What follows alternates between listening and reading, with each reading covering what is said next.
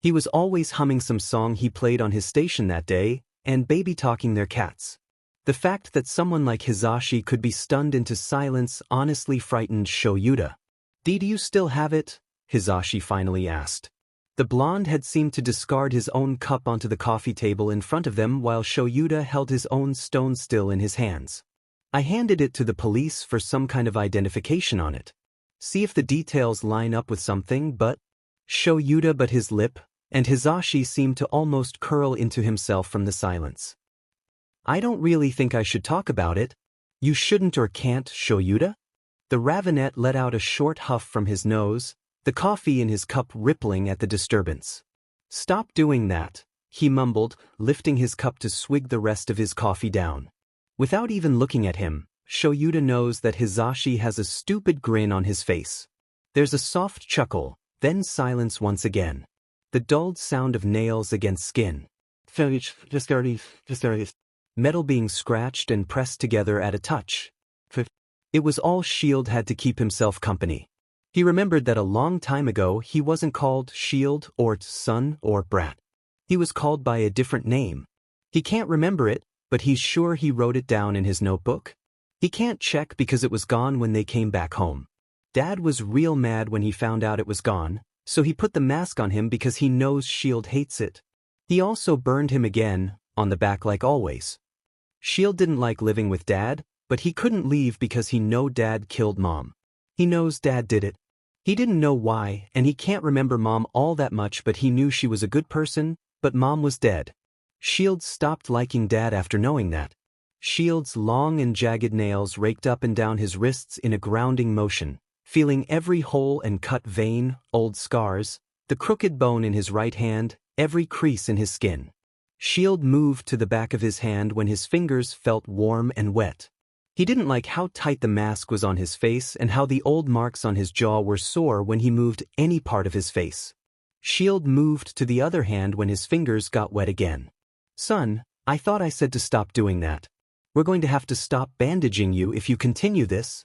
Shield froze in his scratching and lowered his hands. Dad was at the bars in his room with the roll of thin white paper. Shield shuffled closer and held out his red hands and let Dad wrap them in the soft white paper.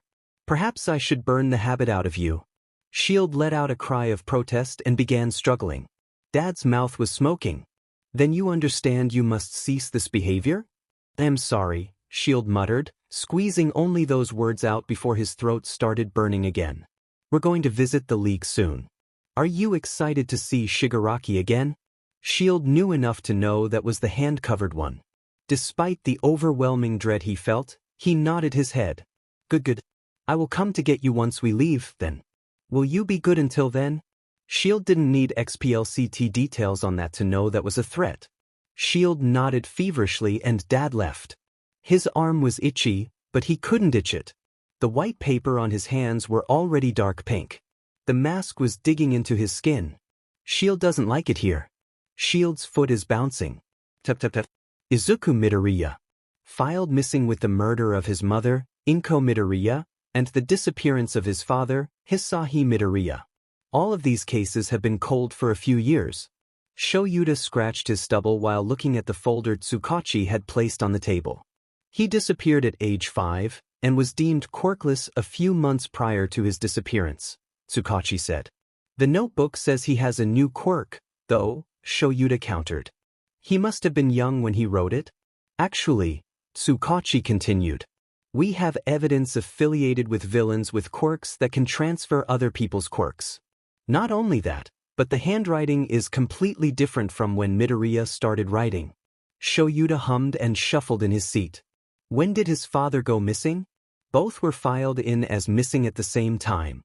So either the father up and ran before the murderer could get him and ditched his son, both were taken after the murder of Inko Midoriya, or they were killed somewhere else, Shoyuta said, tapping the table every so often to emphasize his point. Tsukachi nodded. "Glad to see we're on the same page. The warehouse that you found the notebook in has seen some changes, meaning it's still being used. Are we going to raid it out? Since they aren't there all the time, it would prove difficult to keep an eye on their movements." Tsukachi put a finger under his chin in thought. "From the info we have, They have multiple bases and a large force to call backup from if necessary. DMN, Shoyudatsked. No kidding, the detective huffed with a chuckle. Then what the hell are we supposed to do? All we can do is keep a close eye on them. You up to be on the force? Shoyuda gave him a wide smile as his answer. Scratch, scratch, scratch, tap tap tap. The throbbing of Shield's head is almost unbearable. Stop all the noise, brat, Shigaraki hissed. Shield stopped tapping his foot, but he couldn't stop his shaking hands. His nails could itch through the bandages on his hands. To us. Inconvenient, he thinks the word is. The air was cold, and when it blew it nipped his skin with tiny little bursts. They were waiting for someone. Who was it? Were they like Shigaraki or Dad or Kurojiri? I was. He here with them anyway? Shield wanted to start scratching again when more people came. Well, where's what we paid for? The woman with blotted skin asked. She was covered in purple spots that shone in the little light that leaked into the dingy street. Shield yelped when he was suddenly pushed forward. Here's the brat. We take him back tomorrow, Shigaraki hissed. When Shield didn't move forward, Shigaraki pushed him again. DMN thing can't do shit unless you tell it. Shield had taken tiny steps to the purple woman. When he was close enough, a thin tail wrapped around his ankles and swept him up so he hung upside down. Ah! He yelped when he was brought forward enough for the woman to inspect his face. He don't look like much, a yellow-eyed man hissed. His quirk is what makes up for it, Shigaraki said, lightly scratching his neck. It can take about 160,000 pounds before it cracks if he concentrates enough. Hope this ain't no scam, the man sked. Shield yelled when he was tossed in the air and then caught again by his throat. Thanks for your business. We'll take good care of him, yeah? A woman with some kind of white fox mutation purred, her long snout poised up. Shield didn't like how she looked at him. The purple-skinned tail woman nodded her head and turned away from Shigaraki and left with the other two and Shield in her grasp. They took him to a big place. It didn't have much inside except a lot of plants Shield didn't recognize and chemical distillers. You dash, the purple woman said lowly, jabbing a finger to Shield. We'll make a shield around the place. Can you do that? Shield tilted his head slightly. I don't know. Just do it, kid. Don't bother us unless it breaks, Yellow Eyes hissed. Shield could see a bit of a forked tongue in his mouth. Shield nodded fearfully and looked to the white fox woman. I need to, get to the center, part? Shield stammered. The white fox gave him a pointed glare. Who the F said you could say anything? She growled. Sorry, Shield whispered, and yelped when a claw grazed his cheek and he stumbled to the floor. I didn't say you could continue speaking, she yelled, paws now sporting extremely sharp and long claws. Shield trembled on the ground, positioning his arms on his upper body. Oh, stop scaring him, Vix, the purple one sked.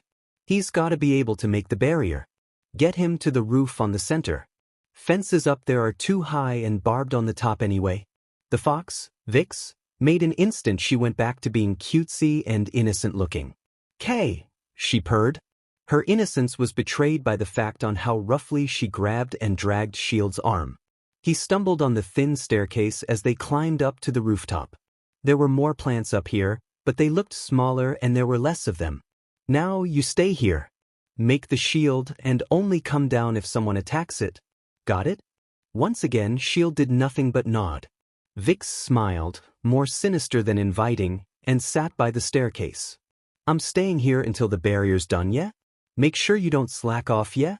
Shield swallowed and didn't show any form of response. He turned his back on her and pointed his arms upward. He took in deep breath and held it as pain coursed through his body. Like always, a bright light came from his chest and twirled upward until it gathered in his outstretched palms. He whined in pain when the beam shot up about 3 meters above the building and began to spout out and create the top half of a dome. It was a milky white, though semi-transparent. It only emitted a soft light just so it could be seen as pure white. If you tried to see the stars through it, you wouldn't be able to see them all too well. Shield let out a short cry when there was a bit of hard strain compressing his chest and weighing him down. The sheer size of it was enough, but making it thick enough to withstand at least 60,000 pounds of force?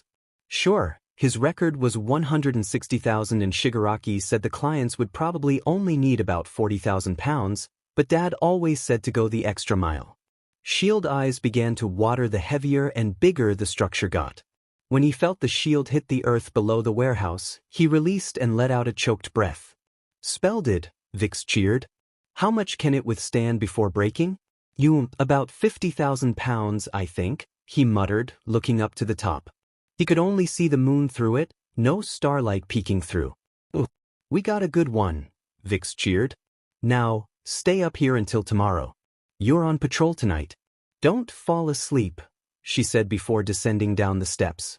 And so, that's how Shield sat cross-legged on a rooftop, straining his eyes to try and pick out a star in the whited-out sky. Don't get him wrong, Hisashi loved his job. Getting up every morning at 5 to record a good morning to all my early morning risers, in his at-home studio, preparing breakfast for himself and Shoyuta, heading to work at UA, going on a short patrol around the area, going back home to do his daily 2-hour caller session, make dinner, do paperwork or grading and go to bed. Sure, it was a mundane schedule, but it was comfortable regardless. The times Hisashi were called in for hero business were rare and far-flung between. The times he were called in, though, meant business. Because of his quirk, he caused property damage that far outweighed his profits.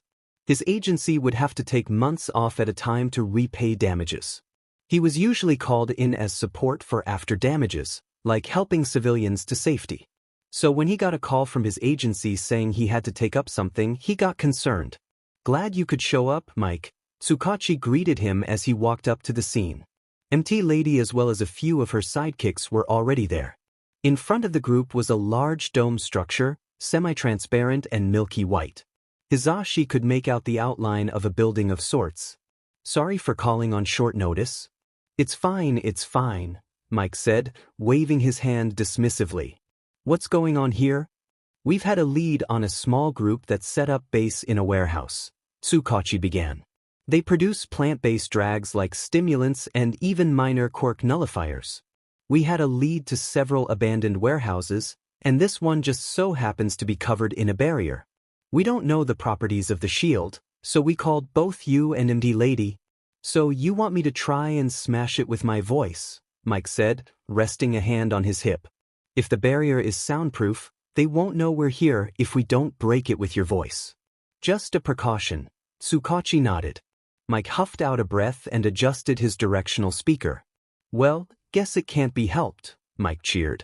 Yeah. So let's get this going. Once in making sure that everyone that was with him was a safe distance away, Mike took in a large breath. Yeah.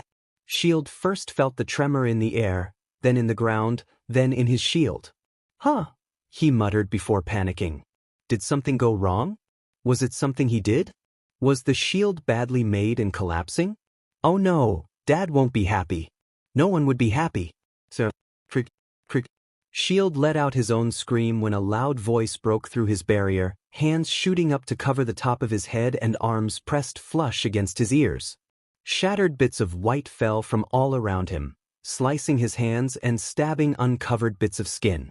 Shield couldn't tell when it stopped, it was still there. Shield couldn't tell if he was still screaming or not because there was loud ringing in his ears. His head hurt again, and he could feel everything shaking. His lower legs were cold and against something hard. Did he fall? When did he fall? His throat was raw and his mouth was open. His lungs felt empty, and Shield remembered to breathe. Maybe he was still screaming, but he still couldn't hear. His arms were still against his ears, but he didn't want to uncover them. The pressure against the side of his head was helping the throbbing. Dad's gonna be really mad.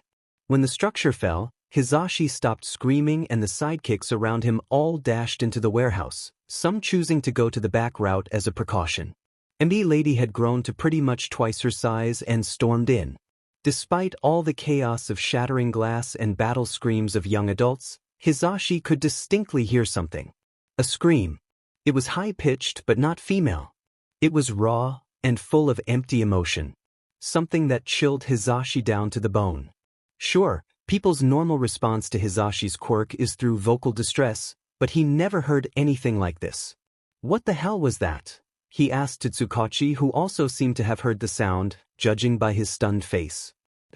I don't know, Tsukachi coughed out. Hisashi swallowed. I'm going to look.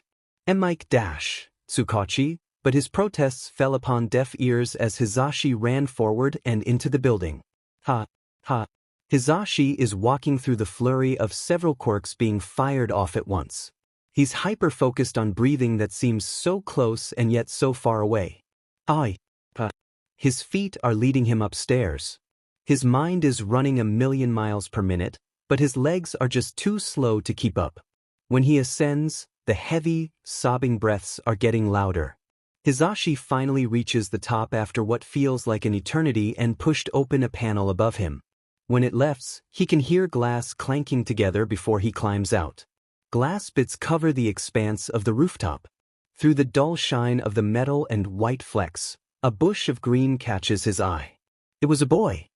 He was hunched over himself with his arms wrapped around his head in a way that looked like it was suffocating him.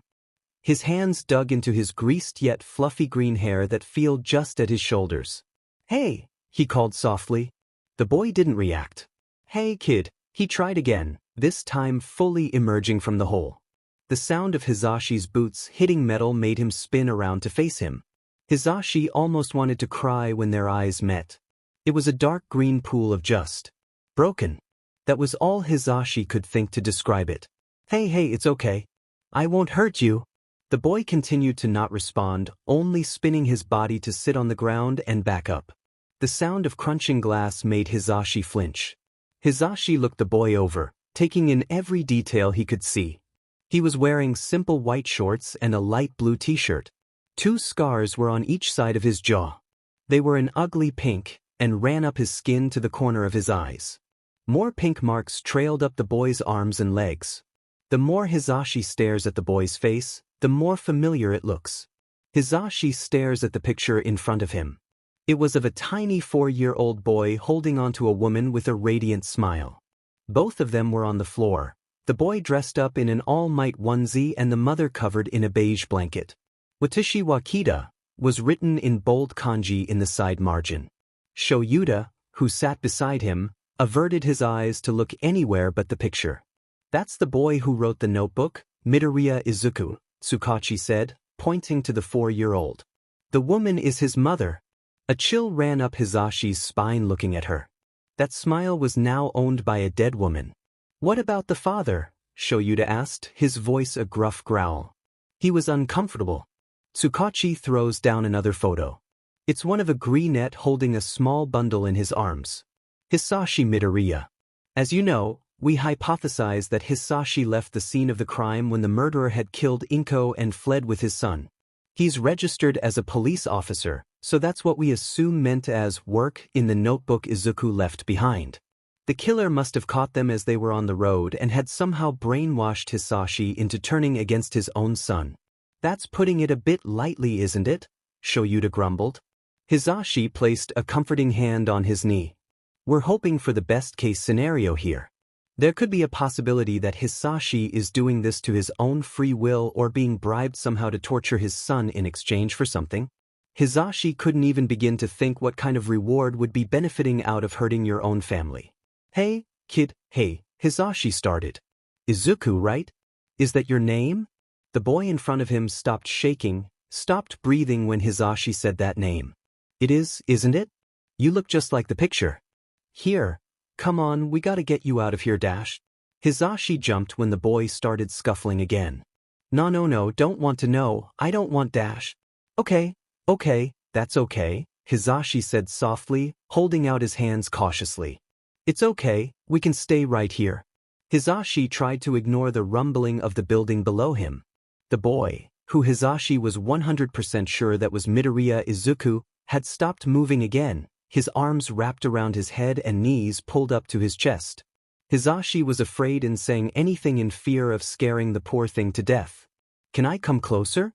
I won't touch you, promise, Hisashi said, quickly adding on the last part. He got no response, but still didn't move.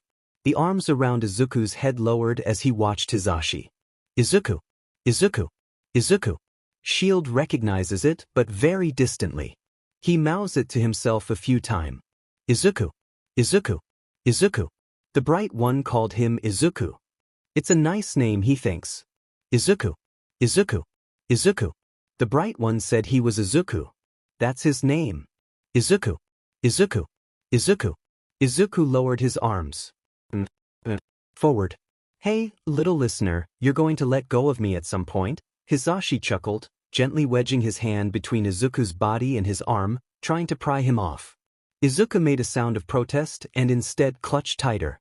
Ever since they'd gotten to the police station, Izuku had absolutely refused to do anything unless Hizashi was present. It's only natural, Chiyo had said. She had come by to the station earlier to make sure the boy didn't need any intensive care, and the greenette ended up in the hospital for a few weeks because of calcium deficiency and undernourishment. If we assume he was alone for quite a while without any kind of emotional attachment, he would stick to the one he finds comfort in the most. Izuku, come on, you're making my arm go numb, huh? Izuku went rigid and his grip loosened considerably. I'm sorry. It's okay, just not so tightly, okay? Hizashi reassured with a smile. The door to the small office creaked open and in walked the chief of police, Tsuragami Kenji. Yamada. Good afternoon, he greeted politely. And I take this as Midoriya Izuku? At the mention of his name, the greenette looked to the dog person. Hizashi could feel his sleeve tighten around him and bunch up at the elbow. It's okay if you don't want to talk right now, but we're going to need answers sooner or later, Tsuragami started, sitting at the desk in front of the pair. And sooner is preferable. Like what, chief? Hizashi asked for Izuku. Well, let's start from the beginning. Your name is Midoriya Izuku, yes. Slowly, Izuku nodded. And you wrote in this notebook here? Tsuragami pulled out the notebook Shoyuta had found. Again, Izuku nodded. Why did you leave your house on the day your mother died? Well, geez, couldn't sugarcoat it, Hizashi thought bitterly, keeping a watchful eye on Izuku's reactions.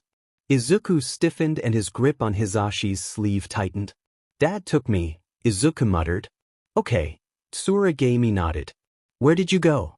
Was anyone else with you? Dad took me to his work, Izuku swallowed. He had a few people there. He gave me a room to stay in and I never left it for a while. Was anyone forcing you to do anything? Izuku shook his head. Okay, great. You're doing great. Who was keeping you in your room? Dad was. He melted my first door shut before he melted it totally. Hizashi bit his tongue. He thought so. Tsuragami cleared his throat. Was anyone forcing you to do anything? Izuku shook his head. Do you know why? Izuku mumbled, bringing his knees to his chest and pressing closer to Hizashi. Hizashi carefully lifted a hand and rubbed his knee. Hey, you're fine. It's okay not to know, Hizashi said quietly. The grip on his sleeve lessened a bit. Tsuragami took in a breath and sighed. But since it seems like it's a bit too early for more questioning, we can stop there for today, Tsuragami decided. Yamada, since he's obviously latched onto you, we can sort out a temporary custody until we can contact a relative registered under his name. We can send you off with the papers and file him under witness protection and continue the interview at a later date.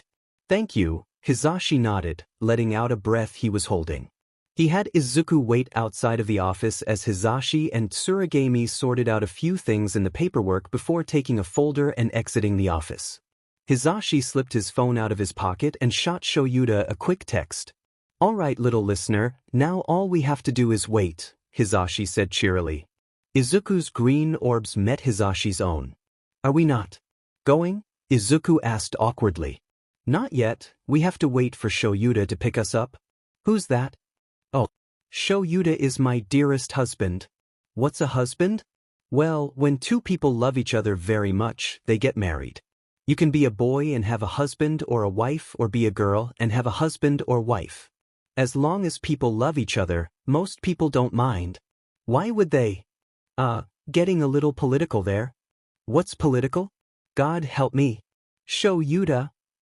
Aizawa groaned inwardly at the loud voice he recognized and loved dearly. The back seat was opened and a small kid clambered into the seat. Hisashi helped him get situated and get his seat belt on before going to the opposite side of the car to climb into the passenger seat. Hisashi leaned in and pecked Shuta's cheek before clicking on his seatbelt. "Thanks for coming on such short notice." "Thank God it's summer break," Hisashi cheered, and Aizawa glared at him before he could use his quirk. Hisashi gave him an okay sign before Aizawa started driving back to their apartment. "Honey, I'm home," Hisashi yelled into the empty house, waving out his arm dramatically. "Zashi, I literally drove you here," Shoyuta mumbled. "I wasn't talking to you." Izuku opened his mouth to question when two tiny critters scampered forward. "My fur babies," Hisashi cried, swiping the fat orange one up in his arm. The thinner gray one rubbed itself all over Hisashi's breathes. Izuku stared in a mixture of fascination and terror at the small animals. "Geez, kid, ever see a cat before?" Shoyuta mumbled, kneeling down to the gray one. "This one's Missy. She's about 5 now, and Machi is about wanna touch him?" Izuku stared at the small gray one and kneeled down to copy Shoyuta. Shoyuta wrapped his hands around Missy's middle section and lifted her into his arms. "It's okay, I can hold her still for you." Shoyuta held Missy under her throat with gentle hands as Izuku reached out, his right hand trembling. Shoyuta blinked at the crooked wrist and large scar on the back that stretched from the wrist up the back of his hand. Izuku stilled into a statue when Missy had moved her head forward to sniff his fingers. Her nose lightly tapped against his fingertips, and a shiver shot up Izuku's spine. "Her nose is cold," he mumbled. Hisashi smiled down at the pair sitting on the floor as Izuku lifted his hands slightly to pat Missy's head. Hisashi let down Machi and put the folder Tsuragami had given him on a small table located by the door. The clock on the wall indicated 2. "All right, since it's only 2, we can make something to eat, yeah?" Hisashi suggested. Izuku looked up from the floor. Shoyuta had released Missy and let her get close as she'd like to Izuku, who had practically guided her into his lap. Machi had even gotten curious and sat at Izuku's side. It was honestly adorable. Hisashi reminded himself to have his phone on hand from now on. "What do you feel like, little listener?" Izuku hummed. "Sometimes Dad would get something that was like, It was 2 warm flat pieces on another flat thing, but the other one was yellow and melty and kinda salty. So, a grilled cheese?" Shoyuta shrugged. "Simple enough. Yeah. Let's get our lunch on." Hisashi cut a nice portion of salted butter off the stick and dropped it into the pan. It sizzled lightly as it began melting, mixing into the sound of Love Like You from Steven Universe playing on his iPod. "If I could begin to be half of what you think of me, I could do about anything. I could even learn how to love." Hisashi hummed to the melody, swaying slightly as he pushed the butter around the pan. Izuku and Shoyuta had taken to sitting at the table, Shoyuta looking through paperwork and Izuku watching Hisashi cook. Machi sat at Shuta's end of the table and Missy was laying down at Izuku's feet. "When I see the way you act, wondering when I'm coming back, I could do about anything. I could even learn how to love like you." Hisashi began singing under his breath, and Izuku kept watching. "Love like you." Hisashi buttered up the side of the bread on the outside of the cheese sandwich he put together. He dropped it into the pan and a loud sizzle made Izuku blink in slight surprise. Hisashi turned to Izuku and smiled. He turned back to the stove and continued singing, except a bit louder. "I always thought I might be bad. Now I'm sure that it's true. 'Cause I think you're so good. And I'm nothing like you. Look at you go. I just adore you. I wish that I knew. What makes you think I'm so special?" Hisashi turned back to Izuku and smiled wider, which made the greenette smile back and tilt his head in confusion. "If I could begin to do something that does right by you, I would do about anything. I would even learn how to love. When I see the way you look, shaken by how long it took, I could do about anything. I could even learn how to love like you." "Love like you?" Izuku smiled wider as the music faded out and clapped his hands together. "Why, thank you, my little listener," Hisashi said dramatically, taking an over-exaggerated bow. "Zashi, the sandwich," Shoyuta grumbled, not even looking up from his paper. Hisashi hissed and cut himself off, turning back to the stove and turning off the burner. Izuku crinkled his nose at the now noticeable burnt smell. Hisashi flipped the sandwich to see a blackened side. The pan still sizzled loudly when the other side was flipped onto the pan. I can eat this one, Izuku.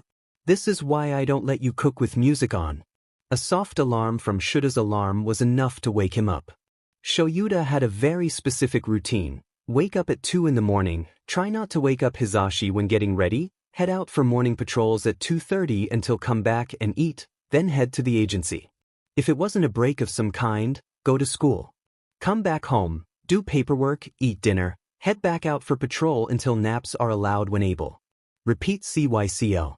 So when Hisashi wasn't asleep next to him when he woke up, he was slightly concerned. Shoyuta figured he just had to get up and get a glass of water. He continued his routine in autopilot, dressing into his jumpsuit and capture weapon. He slowly pushed open the door and headed out the room into the front room. The apartment wasn't small, but it wasn't big either. 2-bedroom apartment with a conjoined kitchen and dining area and a simple front room that lead to the door. The order of the layout was the rooms next to each other and a bathroom between them on the left side, front room in the center, and kitchen on the right. So, when Shoyuta didn't see the kitchen light on, he got skeptical. If Hisashi wasn't in the kitchen, where on earth was he? There was soft humming in the next room over. Oh Lily, oh Lily, oh Lily, white pin. Please to come down and let us come in. Shoyuta knew this one. It was Apple Tree Wassail by Stephen Hatfield. It was an old, swingy lullaby Hisashi knew from his ma. He would sometimes sing it to the small kids caught in the crossfire when helping out in the field. Oh Lily, oh Lily, oh Lily, white smock. Please to come down and turn back the lock. The tempo was a bit slower than the original song, but it had the same effect. Slowly, Shoyuta walked down in front of the door and lightly turned the knob, opening the door just a crack. Our wassail, jolly wassail. Joy come to our jolly wassail.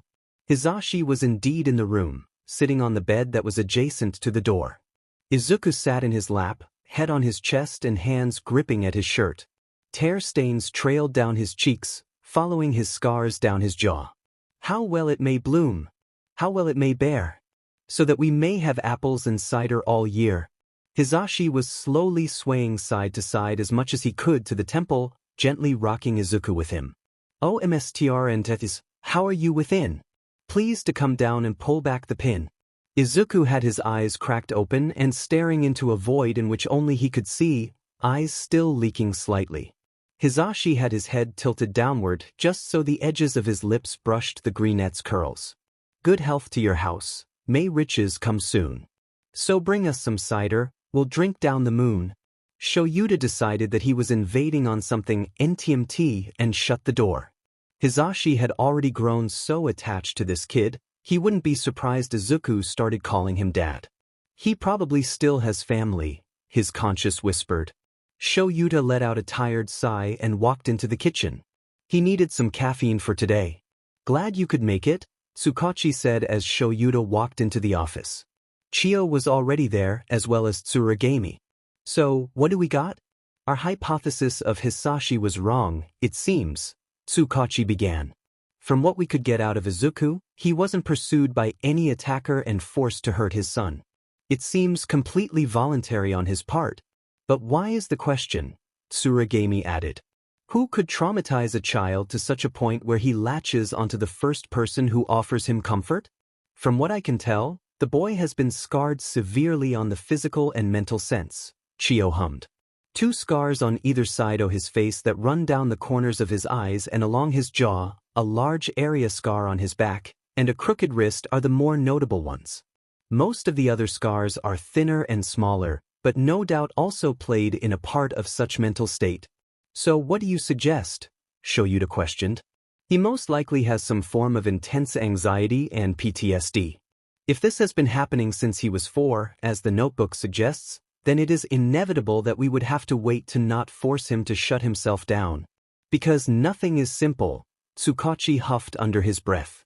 And on top of that Chiyo continued, it's likely that he wouldn't even say much to officials, at least those he doesn't have a connection with.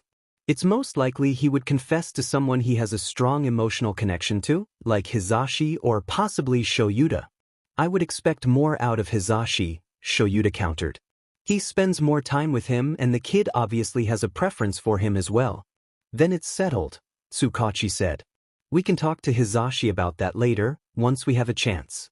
Now, we have to rethink a few things considering what we managed to get out of Izuku during initial questioning. We ended up sending a sample of the white matter that made the barrier around the warehouse we found Izuku in. We can safely guess this was a product of his quirk because the other 3 people there all had mutation quirks and Izuku was the only other one present. From what we can tell, it's some kind of bone-like structure, at least very similar to bones. This is further supported by the evidence that Izuku had severe calcium deprivation upon finding him. Is that why Izuku's notebook says the quirk hurts him? It's taking the calcium directly from his bone structure and creating something out of it, Tsuragami questioned. It's not a bad theory, but we can't know for sure until we get a cut-clear picture of his quirk from Izuku himself. Well, guess we're waiting for a bit then, Shoyuta hummed. Where are we? Izuku asked as Hisashi helped him out of the car. Well, you need some new clothes, for one, Hisashi began. Izuku had been dressed into some of Hisashi's old clothes that he still kept after he graduated high school. They were a bit baggy on the small boy, they still worked. And we can take this as a chance to get you some things for your room. Shoyuta had told him not to get much, but Hisashi couldn't help but feel the overwhelming sense of wanting to spoil the boy rotten. So they walked hand in hand into the mall, Izuku trying to stay as close to Hisashi as he could while also unconsciously slowing his walk to stare at all the pretty and appealing colors. Hey, Izuku. We're going to be meeting a friend of mine in the food court, so we can look around here later, alright? We don't want to be late. Izuku swallowed. When Dad went to meet friends, Izuku sometimes came along. Dad always blamed Izuku if they were late and the mask would come on once they got back. Izuku's hand instinctively went up to scratch his scars. He let Hisashi take control, now following behind him instead of walking by his side. Hisashi led Izuku to a place with several tables with places that smelled really good all around them in a circle. Was this the food court? Yamada, an unfamiliar voice called out. A tall, slender woman with dark navy hair tied up into a fancy bun was walking toward the duo. Kayama, Hisashi cheered, throwing his arms open. Kayama instantly accepted the hug and even lifted Hisashi up and off the ground. How've you been?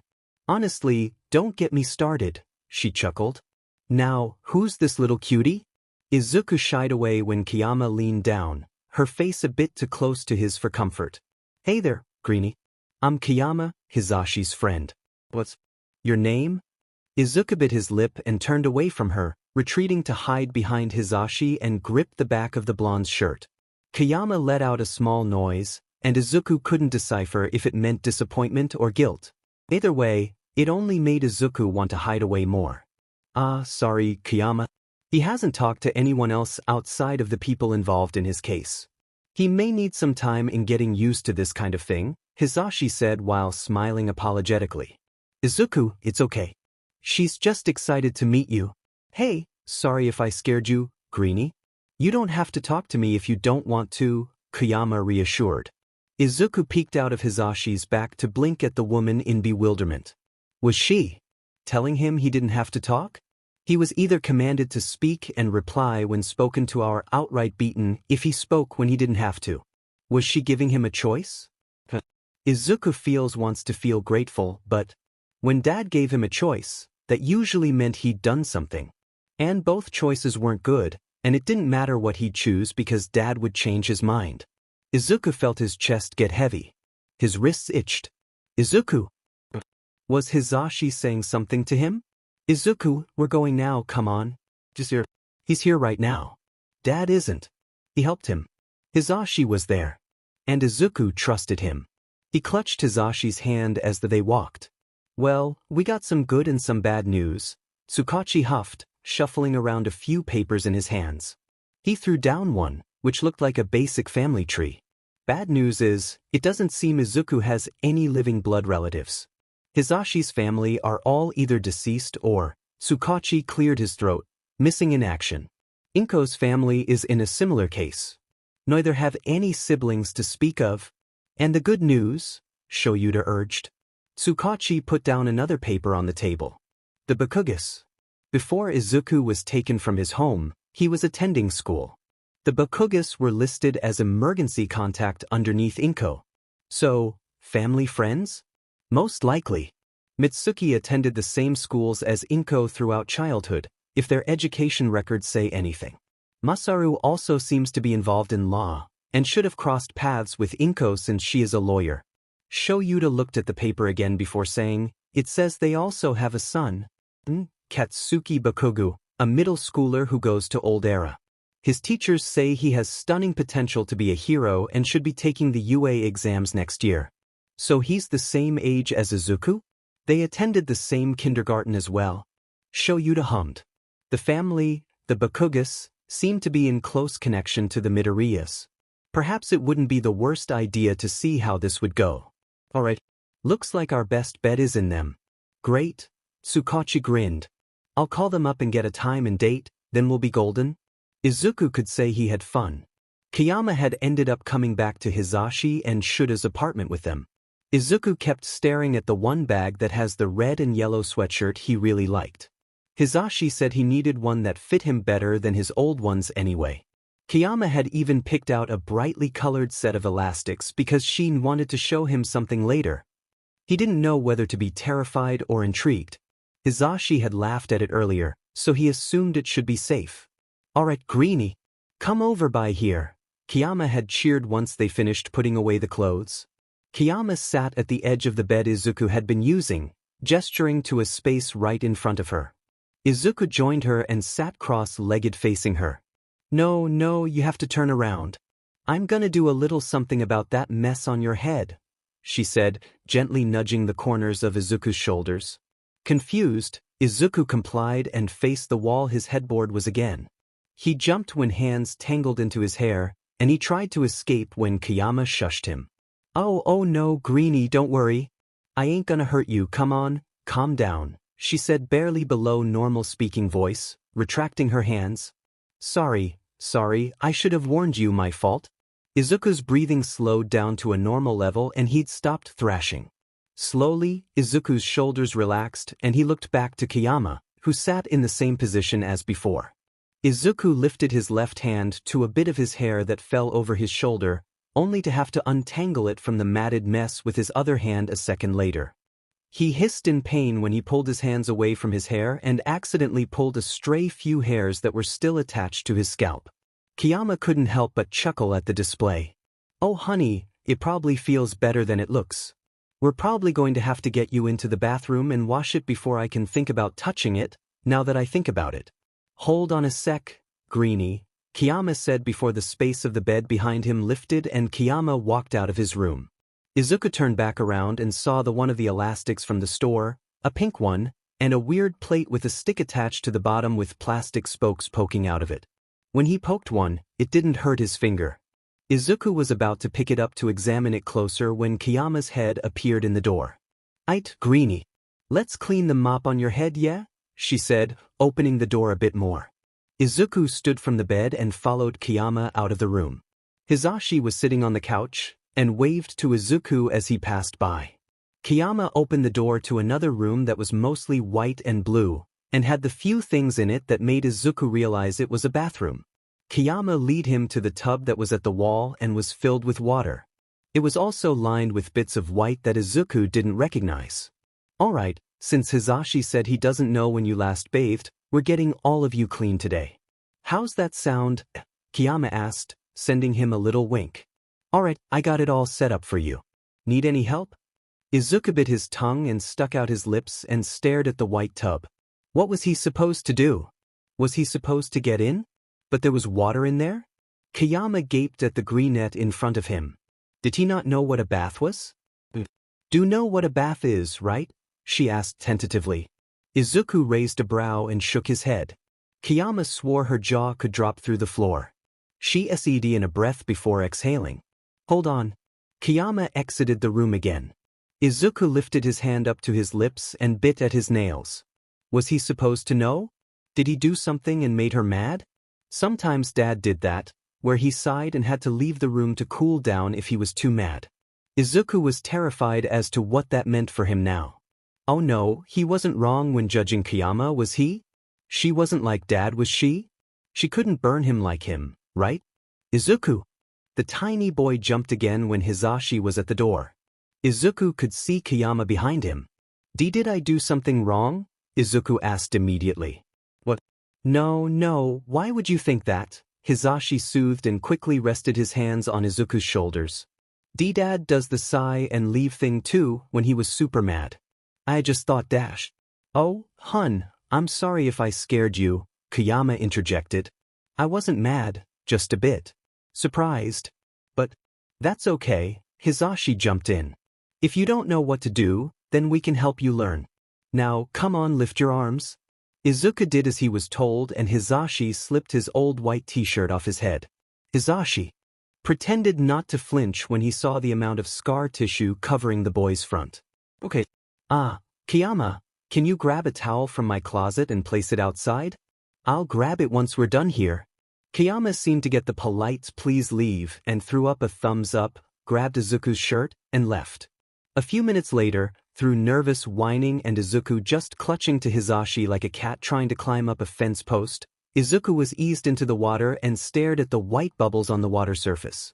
Hisashi found himself chuckling at the boy's bewildered expression as he gently nudged the bubbles around in the bath. All right, Hisashi cheered, rolling up his sleeves and flexing his hands. Let's get started. Hisashi jokingly cracked his knuckles and clicked open a bottle of his shampoo, squirting a dollop onto his hand. We're gonna have to wash out that hair first. Mind if I dive in, little listener? Hisashi grinned when Izuku gave him a small nod. He tried not to stare at the boy's back, which was worryingly almost entirely scar tissue, as he rubbed his hands together to get them both covered in the soapy substance before diving into the flock of green on the boy's hair. It almost instantly lathered up when it reached his head as Hisashi gently began to rub out clumps of shed hair caught in knots, being careful to leave some nastier ones alone for later, and some bit of old and crusty mud that must have been in there for. Well, Hisashi didn't even want to begin to guess. For God's sake, it took forever to reach the scalp, and he'd been working tirelessly at that one spot for like 10 minutes. Not only was this a test of Hisashi's hair smarts gathered from over the years, it was also a test of patience. Mistuki-san, it's a pleasure to have you here, Tsukachi bowed. The family of three was sitting across from the detective, his desk being the only thing separating them. Katsuki sat in the center of his parents, one knee propped up on his seat. When you called me, Mitsuki trailed. I didn't know what to think. How is he? He's been recovering. He's currently in the custody of 2 pro heroes, and we were hoping to transfer that custody to you. God, does he even remember us? Misuru mumbled thoughtfully, leaning forward to rest his elbows on his knees. I wouldn't count on it. Tsukachi hummed sadly. I doubt he remembers much from before he disappeared. He remembers some, like his family, but he doesn't remember things like what kindergarten he went to or anyone outside of his mother and father. Everything else he knows is a mystery to us. So what you're saying is that he won't remember us? Katsuki questioned, leaning forward with his lip quirked downward. Tsukachi shook his head. He should be arriving in a few minutes with one of the heroes he's been staying with. After we sort a few things out, we can sort out permanent custody papers? Katsuki scowled. He remembered that stupid Deku. A thorn in his side since day one, a pebble stuck in his shoe. He annoyed the blonde. When Katsuki was told that Deku was quirkless, he became more of a nuisance. He remembered blowing his quirk up in the greenette's face, screaming at him for one reason for another. Didn't matter if the freckled boy dropped something of Katsuki's or if he even looked at him, Katsuki would always find a reason to beat him down. And honestly, Katsuki doesn't know why the disappearance hit him as hard as it did. Auntie Inko was dead, and Uncle Hisashi and Deku were missing. The funeral was the worst part. It was a few months after Inko's death and the other 2 missing parts of the family were framed in photos next to the coffin. They were honored as well, as most people thought them as dead. No one found a body or any evidence that they were, but 2 people don't just escape from a murderer and not go to a police station or something. When Mitsuki got a call saying Izuku was found, he didn't know how long him mom cried for. It was a couple says after, and now here he was, waiting for a dead man to show up. Izuku fiddled with the ends of the drawstrings of his sweater. It was the nice red and yellow one he got with white rings around his shoulders and chest. Kiyama put his hair up in a nice blue elastic. She said he could probably use a haircut, but Izuku liked it when Hisashi or Kiyama played with his hair. Hisashi still complains about the amount of conditioner he used to straighten out Izuku's hair, but he knew he was joking. Machi and Missy liked his hair too, always batting at it when he didn't tie it up. Hisashi was at the wheel, occasionally glancing back at Izuku, who suched from twisting and untwisting his hoodie strings and looking out the window. If all went well today, custody of Izuku would go to the Bakugous and he would have to pack up everything he had and move. Honestly, Hisashi had a small piece of him crying and screaming and hoping this wouldn't go well and he could just keep Izuku forever. He'd grown attached, perhaps a bit too much so. Izuku had cracked his shell, bits and pieces of him shining through those cracks. Hisashi couldn't help but think he had some kind of special relationship with the boy and would probably already do anything to keep it. "Geez, Hisashi, you're really wrapped around this kid's fingers," he heard Shuta's voice scold in his head. He shook the thought out of his mind, continued down the road. Izuku had figured out the seatbelt already and didn't need help out of the car this time. He walked beside Hisashi, hands preoccupied with the bottom of his sweater. To be honest, Hisashi found it a bit odd that Izuku stopped holding his hand or onto the blonde's shirt. He kind of missed it even. "Ah, Hisashi, Izuku, welcome back."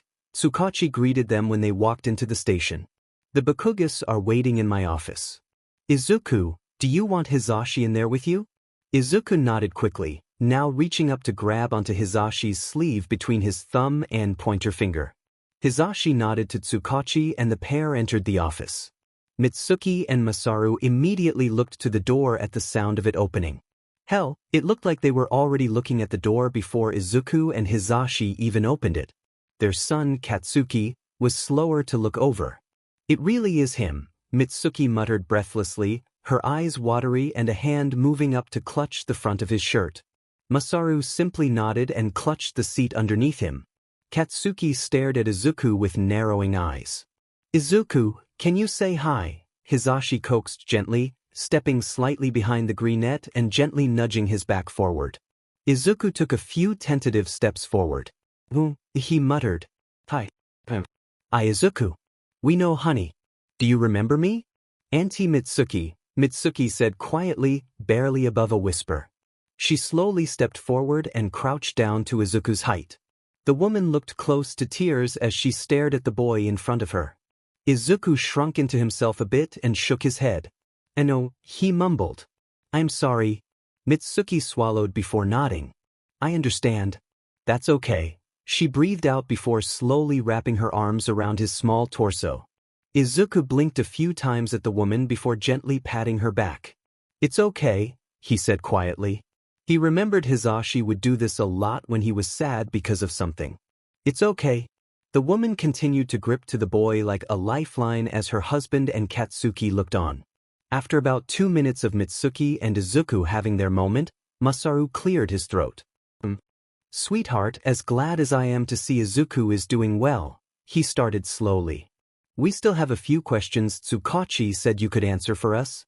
Right, Mitsuki said, pulling away from Izuku and wiping her misty eyes.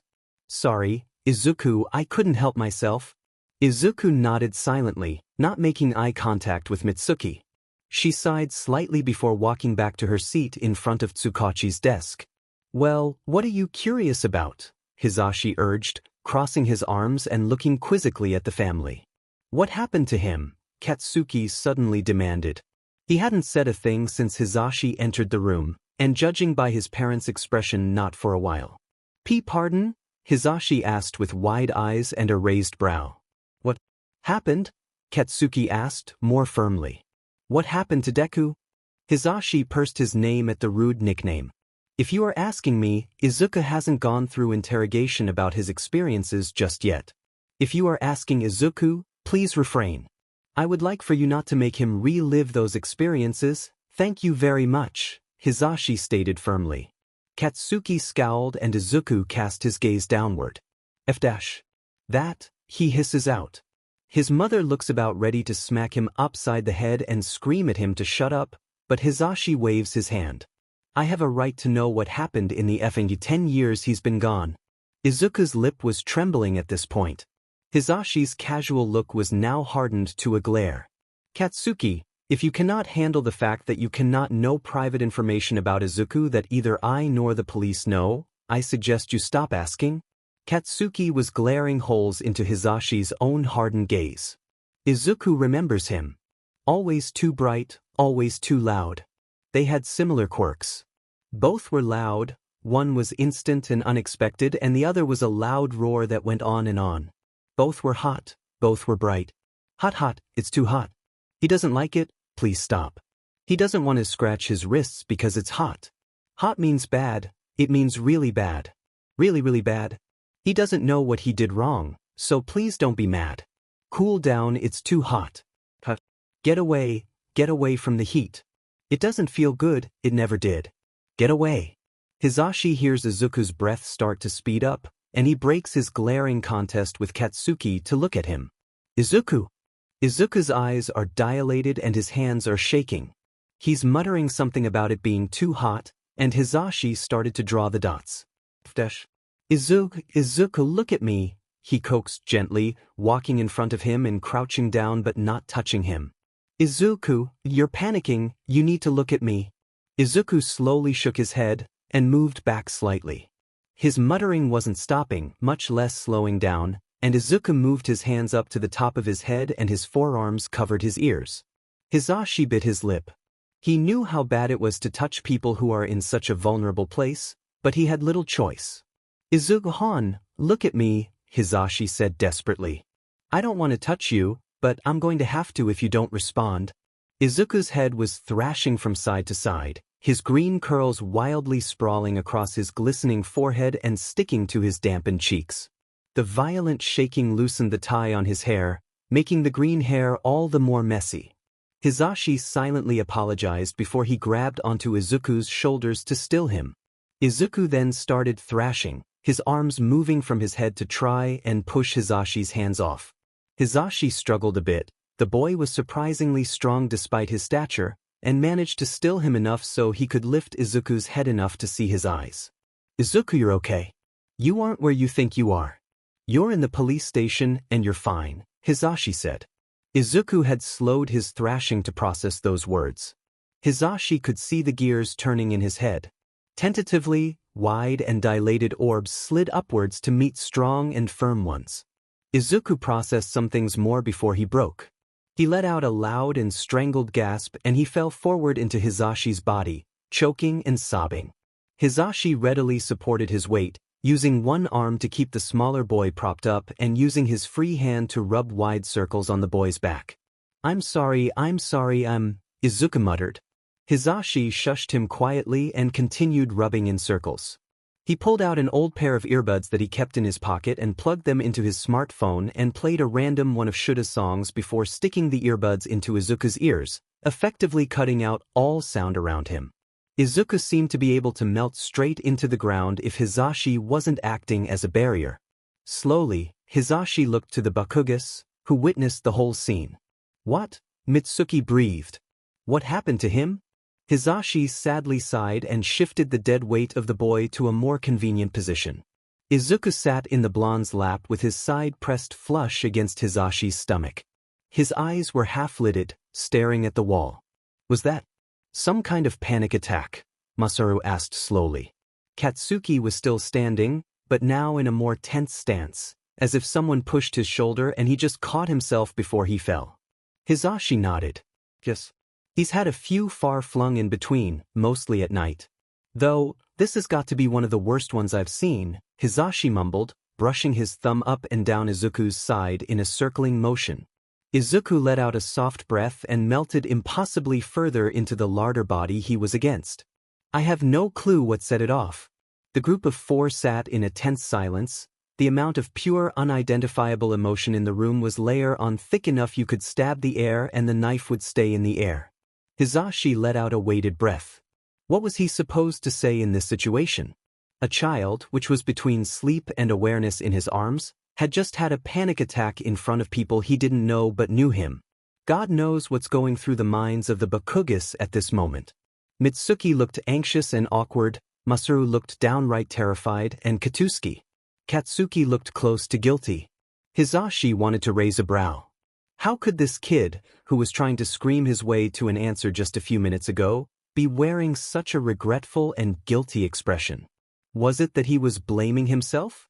Was it that he blamed himself for the way Izuku was, how he ended up, or that he was the cause of the attack? Hisashi didn't know, and it ate at him. Eventually, the detective had re-entered the room holding a stack of papers.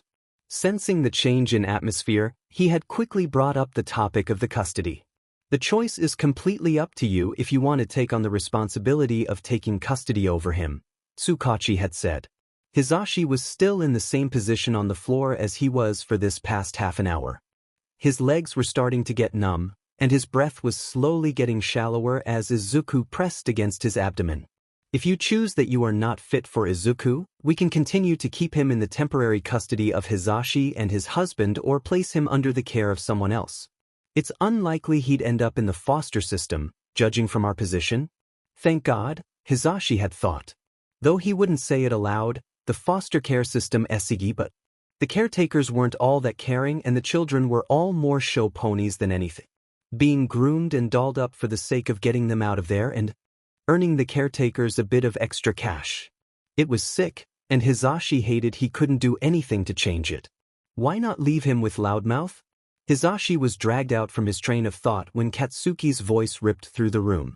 Hisashi hadn't even realized the three adults were still conversing.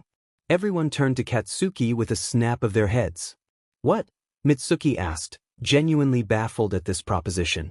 Jesus hag, I said to leave him with Loudmouth, Katsuki snarled, pointing an accusing finger to Hisashi. Deku is already latching onto him like some kind of burr seed, and I know these hags don't know shit about panic attacks. Oi, take that back, you brat, Mitsuki growled. Masaru raised his hand in between the quarreling mother and son. Katsuki has a point, dear, Masaru said quietly. As much as I miss Izuku, I don't think we have the proper requisites and skills to take care of him properly. We can learn, Mitsuki said, her voice rising in pitch. You can't expect me to let him go so easily after I just found him again. Mitsuki, Masaru said soothingly. I know how much you miss Inko, and I know how Izuku is the piece of her you've been wanting, but you need to let him get the proper care he needs in order to be healthy. Mitsuki was in silence, her lips pursed. She knew he was right, but she couldn't let go. If you let me keep him, Hisashi began, drawing everyone's attention. You could be able to call myself at any time to check in on his progress. I understand in needing something to hold on to, Mitsuki-san. I want Izuku to grow up with as much help as he needs, and I promise you, if you let me have him I will do everything in my own and in my husband's power to give that to him. Hisashi and Mitsuki locked into eye contact, a certain electricity interchanging with the other. Mitsuki blinked slowly before relenting, sinking back into her chair. Tsukachi-san, is it possible to give custody over Izuku to Hisashi? Izuku scratched the top of his head and bit on the end of the pencil he held in his hand. Shoyuda was next to him with several papers surrounding him. You get it? Shoyuda asked, trying to explain triple-digit subtraction. This boy hadn't an ounce of education other than writing throughout the time he was with whoever he was with. At first, the Holt family thing felt rushed. Yes, he did enjoy Izuku's presence, and yes, he would admit he was getting just the slightest bit attached. They were given the permanent custody papers when the Bakugous decided it was best for Izuku to stay with Hisashi and Shoyuda. Technically, Izuku wasn't their official son. He still had Midoriya as his last name, and the husbands haven't gotten adoption papers, but they were pretty damn close to being family at this point. Shoyuda swore, Izuku had almost called Hisashi Papa when he was half asleep once and Shoyuda Dad when he served dinner one night. Shoyuda couldn't help but chuckle at the assigned names. "Ich think?" Izuku grumbled, dragging his pencil across a piece of scratch paper. 456. 327. Once more? Shoyuda asked, and Izuku barely nodded his head. They start from the right. Can you subtract 7 from 6? 1, right? No, that's 7 minus 6. This is 6 minus 7. No. So look to the next one. Take 1 from the 5 to make it 4 dash. Shoyuta moved Izuku's pencil to the paper and let him mark it before continuing. Then move the 1 to the 6 to make 16 minus 7. Can you tell me that? Izuku pondered. You can use the paper if you need it. No, I can do it, Izuku said, shaking his head quickly. Good job, Shoyuta smiled. So put 9 on the bottom. Can you do the rest? Why, yeah, Izuku cheered happily, scribbling down the rest of the problem. 129. Look at you, little squirt, Shoyuta chuckled, gently ruffling Izuku's unruly hair. Izuku whined and pushed Shuta's hand away, making the Ravenette's smile widen. Machi was underneath the table and trying to nip at Izuku's socks, while Missy was somewhere in the living room. Hisashi had gone out to his studio to prep for a recording session. Shoyuta glanced at the clock on the stove to see that it should be on in about 10 minutes. Okay, how about a break for now, Shoyuta suggested, getting up from his chair to stretch. We've been working for like an hour. But I almost got it, Izuku protested, but got up nonetheless. Machi had pounced on his socks as soon as they stepped away from the table, and Izuku ended up stumbling before falling on his bum. Machi, you're so mean. Izuku stayed on the floor with the cat while Shoyuta set up the kettle and started boiling some water. In the meantime, Shoyuta clicked on the radio and set it to Hisashi's channel.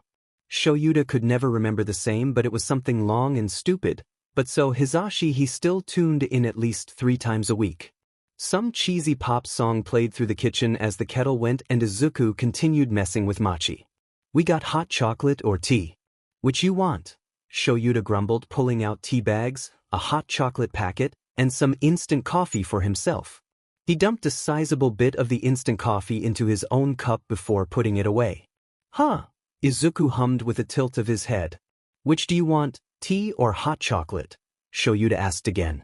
Izuku pursed his bottom lip before pointing to the HC packet. Shoyuta nodded and poured that in a cup for Izuku and put away the tea bags. Yeah. Welcome back, listeners, to my radio show. Present Mike yelled into his microphone. Izuku gaped at the radio and rose from the floor to stand in front of it. Hisashi, how was your day, my lovely listeners? Mine was great if you wanted to know. Hisashi, why are you in the radio? As you all probably know by now, it's time for Q&A call-ins. I, unfortunately, couldn't get my hands onto any special guests, but you can ask me. What a treat. Shoyuta, why is he ignoring me? He can't hear you, Izuku. You can hear him and so can whoever's listening, Shoyuta replied while taking the kettle of the flame just before it started to whistle. He poured the boiling water into the cups as the radio show continued. Yeah. So let's get started. Like you? And whoever is on the channel. It's like Hisashi's song, but he's talking instead of listening to someone else's songs. Oh, first caller. Welcome on. What's your question? Hi, I've been a fan for like a year. Hi. So what gave you an idea to start up a studio? Hey there, listener. Thanks for being with me for a whole year. Dang, you're a veteran then. I started up my studio. I would say about 5 years ago. We really didn't take off until like 3 years after. Great question. Thank you. Next caller. Welcome to the show. What's your question? Present Mike, one of my friends was in a villain attack you took part in a few months ago. She said you were wearing a golden ring. Is that some kind of wedding band? Wow, your friend is observant. Yes, it is a ring. I got married to the most appealing person I know 2 years ago. Does he mean you, Shoyuta? Izuku asked and momentarily stopped blowing at the surface of his cup. Shoyuta grunted as his cheeks pinked. Follow-up question, how long did you know your wife? How long did you date for? Shoyuta visibly cringed. Not all men have wives, Karen, let's be progressive. God, I've known them since high school. We were both in the UA Hero course, though they transferred from general education after their performance in the sports festival. So that's about 20 years-ish? God, they're probably listening right now and banging their head against the wall, Mike laughed. Shoyuta agreed wholeheartedly. Anyway, thanks for calling in, listener. Now, next caller. And it was back to the math lesson. Okay, let's try again. For time 3. 12. Great. For times 5. 20. 20. Can you do 5 times 6? Izuku pursed his lips and thought for a second. Let's try this. What's 5 times 3? 15. Now double it. Try thy. 30. Now 5 times 6 is? 30. Good job. Honey, I'm home. A loud voice echoed through the apartment, as well as a loud slam of the door. The cats scampered off the counter and onto the floor and out the door, presumably to hide under the couch. Izuku jumped in his seat before sliding off and running out the kitchen and into the living room. Shoyuta followed behind the energetic teenager with a saunter, his "I'm lazy, leave me alone" vibe really shining through. Papa! Shuta's eyes widened and his body tensed. Hisashi also seemed frozen as Izuku ran forward and crashed into him with a hug. Izuku himself didn't seem to notice his slip-up as he went off about Shoyuta showing him the radio. Hisashi looked to Shoyuta with wide eyes and Shoyuta noticed he was tearing up. He called me Papa, Hisashi mouthed with a huge smile. Shoyuta gave a lopsided grin and shook his head. Honestly, if caffeine didn't kill him first, these two certainly would. To Shoyuta, it was obvious that Izuku had preferred Hisashi. No, he didn't care, shut up. Good morning, Hisashi, Shoyuta. Izuku had said this morning. It was pretty early in the morning, and Shoyuta was just about ready to leave for work. What? No Papa today? Shoyuta had teased. At first, Izuku looked confused. Hisashi had ended up saying that Izuku had called him Papa when he came home yesterday. Panicked, Izuku exploded into a string of apologies. I am sorry. I didn't mean to, I promise. I won't say it again. Whoa, listener. No need. I don't mind, you can call me whatever you want. Izuku looked down to the ground before meeting Hisashi's eyes again. But I already have a papa. Shoyuta clenched his teeth. That man isn't your papa anymore. He lost that right when he hurt you, Shoyuta hissed, and Izuku looked up to him. But he says I have to call him papa because he made me with mama. You don't have to do anything you don't want to, Shoyuta huffed. Don't call your father papa or dad or whatever. It doesn't matter. He doesn't know. Izuku didn't say anything for the rest of the morning. Hisashi? Yes, little listener, Hisashi replied with a wide smile. They were in the living room. Izuku was on the floor with Machi making home in his lap and Hisashi was on the couch on his laptop mixing up some pop song with Missy on top of the couch behind him. Shoyuta was telling me about names. Oh really? Hisashi asked with a raised eyebrow. MHM. He said I didn't have to call my papa anymore if I didn't want to. He said that papas are supposed to be really nice and take care of me. Hisashi smiled softly. Do you still want to call him papa? And no, Izuku hummed while averting his eyes down to Machi, who was squirming around in his lap but not leaving. Not anymore.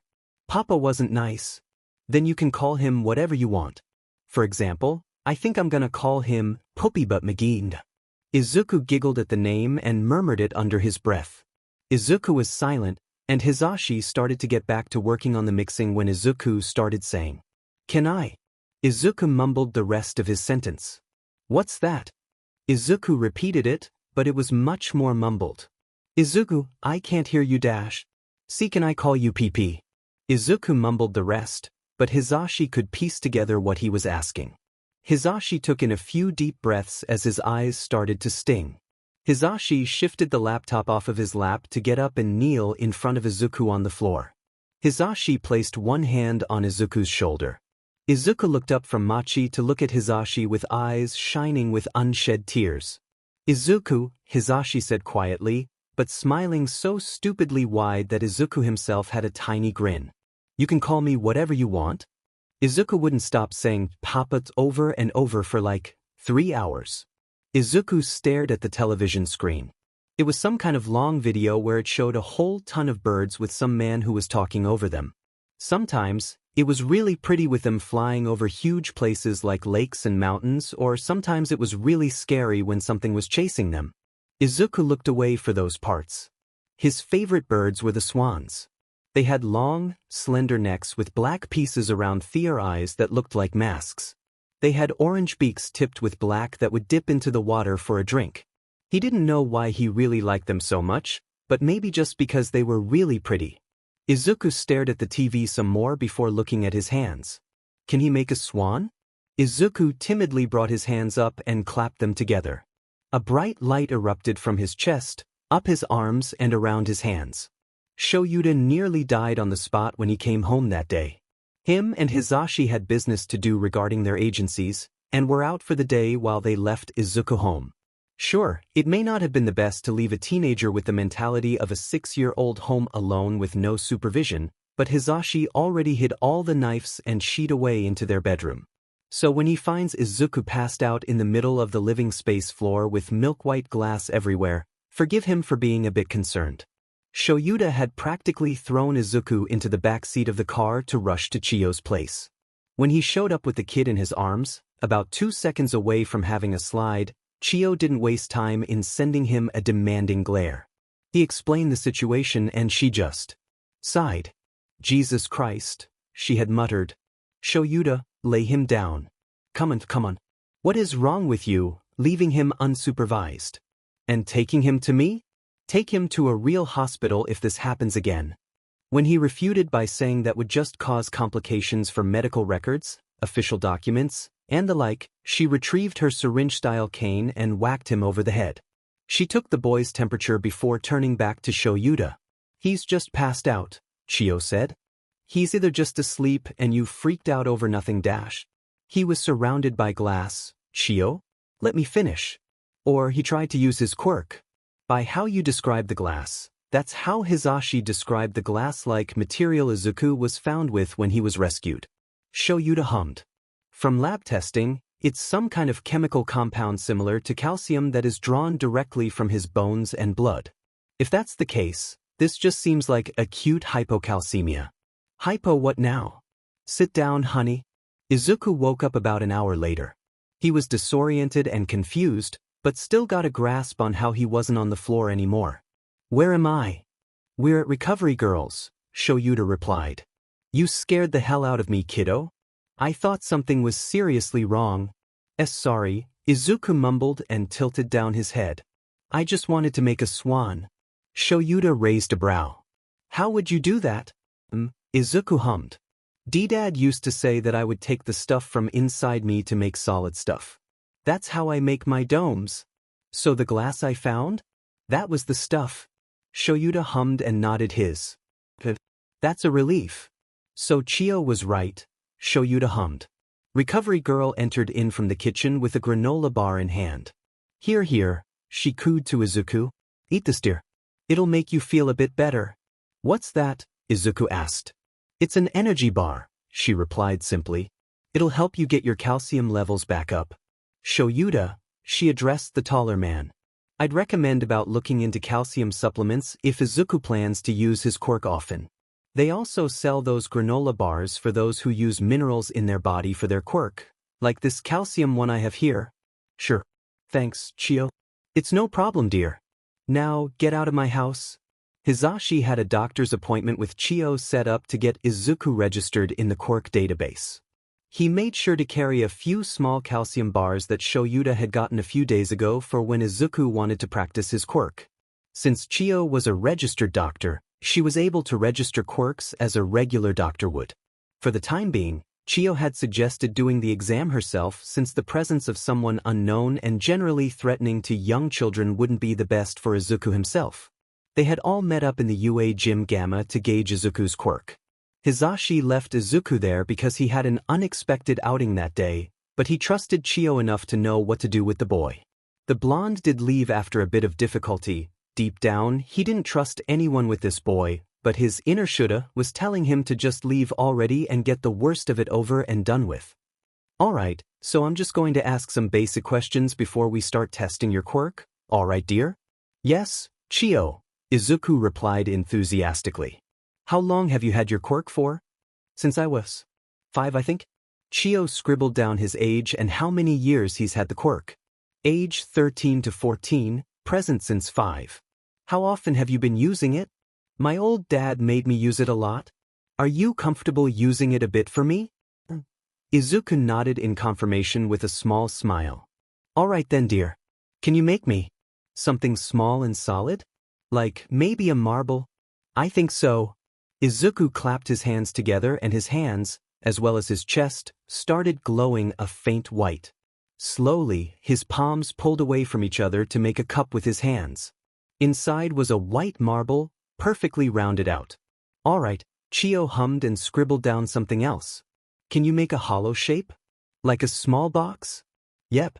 Once again, Izuku demonstrated. This time, he put his hands flat together and pulled them fully apart, leaving a semi-transparent box in between his hands. And how do you feel right now? Tired? Nope. How big can you make something? The biggest thing I made was the dome Papa broke, I think. Can you hold things with your structures? Yes, I can hold a lot. Izuku cheered with a pump of his fist. Well, that's good, Chio smiled. You've been really good so far. Are you ready to show me some things? Izuku sat excitedly in the back seat. Hisashi smiled in the rearview mirror as Izuku played around with a milky white glass swan. Papa, did you hear the name of my quirk yet? Chio-san called it calcium build. Do you think Dad is going to like it? Izuku never called Shoyuta Dad outright. Not to his face, at least. I'm super excited. Chio-san helped me make my first swan, and she says I can make whatever I wanted. That's amazing, sweetie. Maybe you can show me sometime. Maybe make a little charm for my keys. Maybe. What would you like, Papa? I'll love anything you'd make. Do you think Dad would want one too? I'm sure he would appreciate it. When Hisashi woke up the next morning, there were two small cat faces, one resembling Missy and the other Machi, made of glass on the kitchen counter. He wouldn't complain about the hundreds of small, lumpy glass marbles and wrappers of energy bars on the living room floor. No, sir. Nope. This is not an update. Instead, this is an informational break where I explain a little bit about Izuku, like how exactly his quirk functions and its drawbacks, his scars, and his mental state. If you aren't interested in the nitty-gritty details, pay no mind to this. Izuku's quirk, named Calcium Build, it draws calcium from the bloodstream and bone structure of the user to create solid objects that have a glass-like look. It is milky white in color, but sheer enough to see through. Depending on the amount of calcium and level of concentration but into creating the object, the strength will vary. Izuku's current record is over 16,000 pounds of force. That's a little over half a typical school bus. The drawbacks aren't very dangerous until the user really starts exhausting their internal calcium levels. When just pushing limits without the necessary steps to prevent calcium drainage, the user will experience hypocalcemia, fatigue, irritability, the sensation of pins and needles, muscle cramps, confusion, nausea, high fevers breaking at around 101.2 Fahrenheit/38.4 Celsius, and blackouts. Izuku's scars. Izuku has earned a multitude of scars. I've compiled a list of them here and their causes. Knees, palms, and elbows, covered in shallow scar tissue from clumsiness at a young age. Fingers, small, thin scars that form after being cut so many times by the shards of his quirk. Back, almost entirely scar tissue. The primary cause is from his father's quirk. His father would target the back area as to not scorch any areas there are important vital organs. Jawline/cheeks, long, thin scars underneath his chin that climb up his jaw up to the corners of his eyes and the bridge of his nose. Caused by a muzzle that was introduced to Izuku back when he was first taken to muffle his crying. It was then used as a punishment device. Right hand, large area scar on the back of his hand, also slightly crooked. Caused by an unnamed villain with a quirk that turned his hands into hammers. Izuku took a brunt hit to his wrist that permanently deformed his hand. Right side. A large scar that stretches from his right side BRT and down his torso to his side. From an incident including a client using him for his service. Left forearm. A grainy area of scar tissue. The victim of Shigaraki's quirk. Izuku's mental state. Izuku very much had PTSD.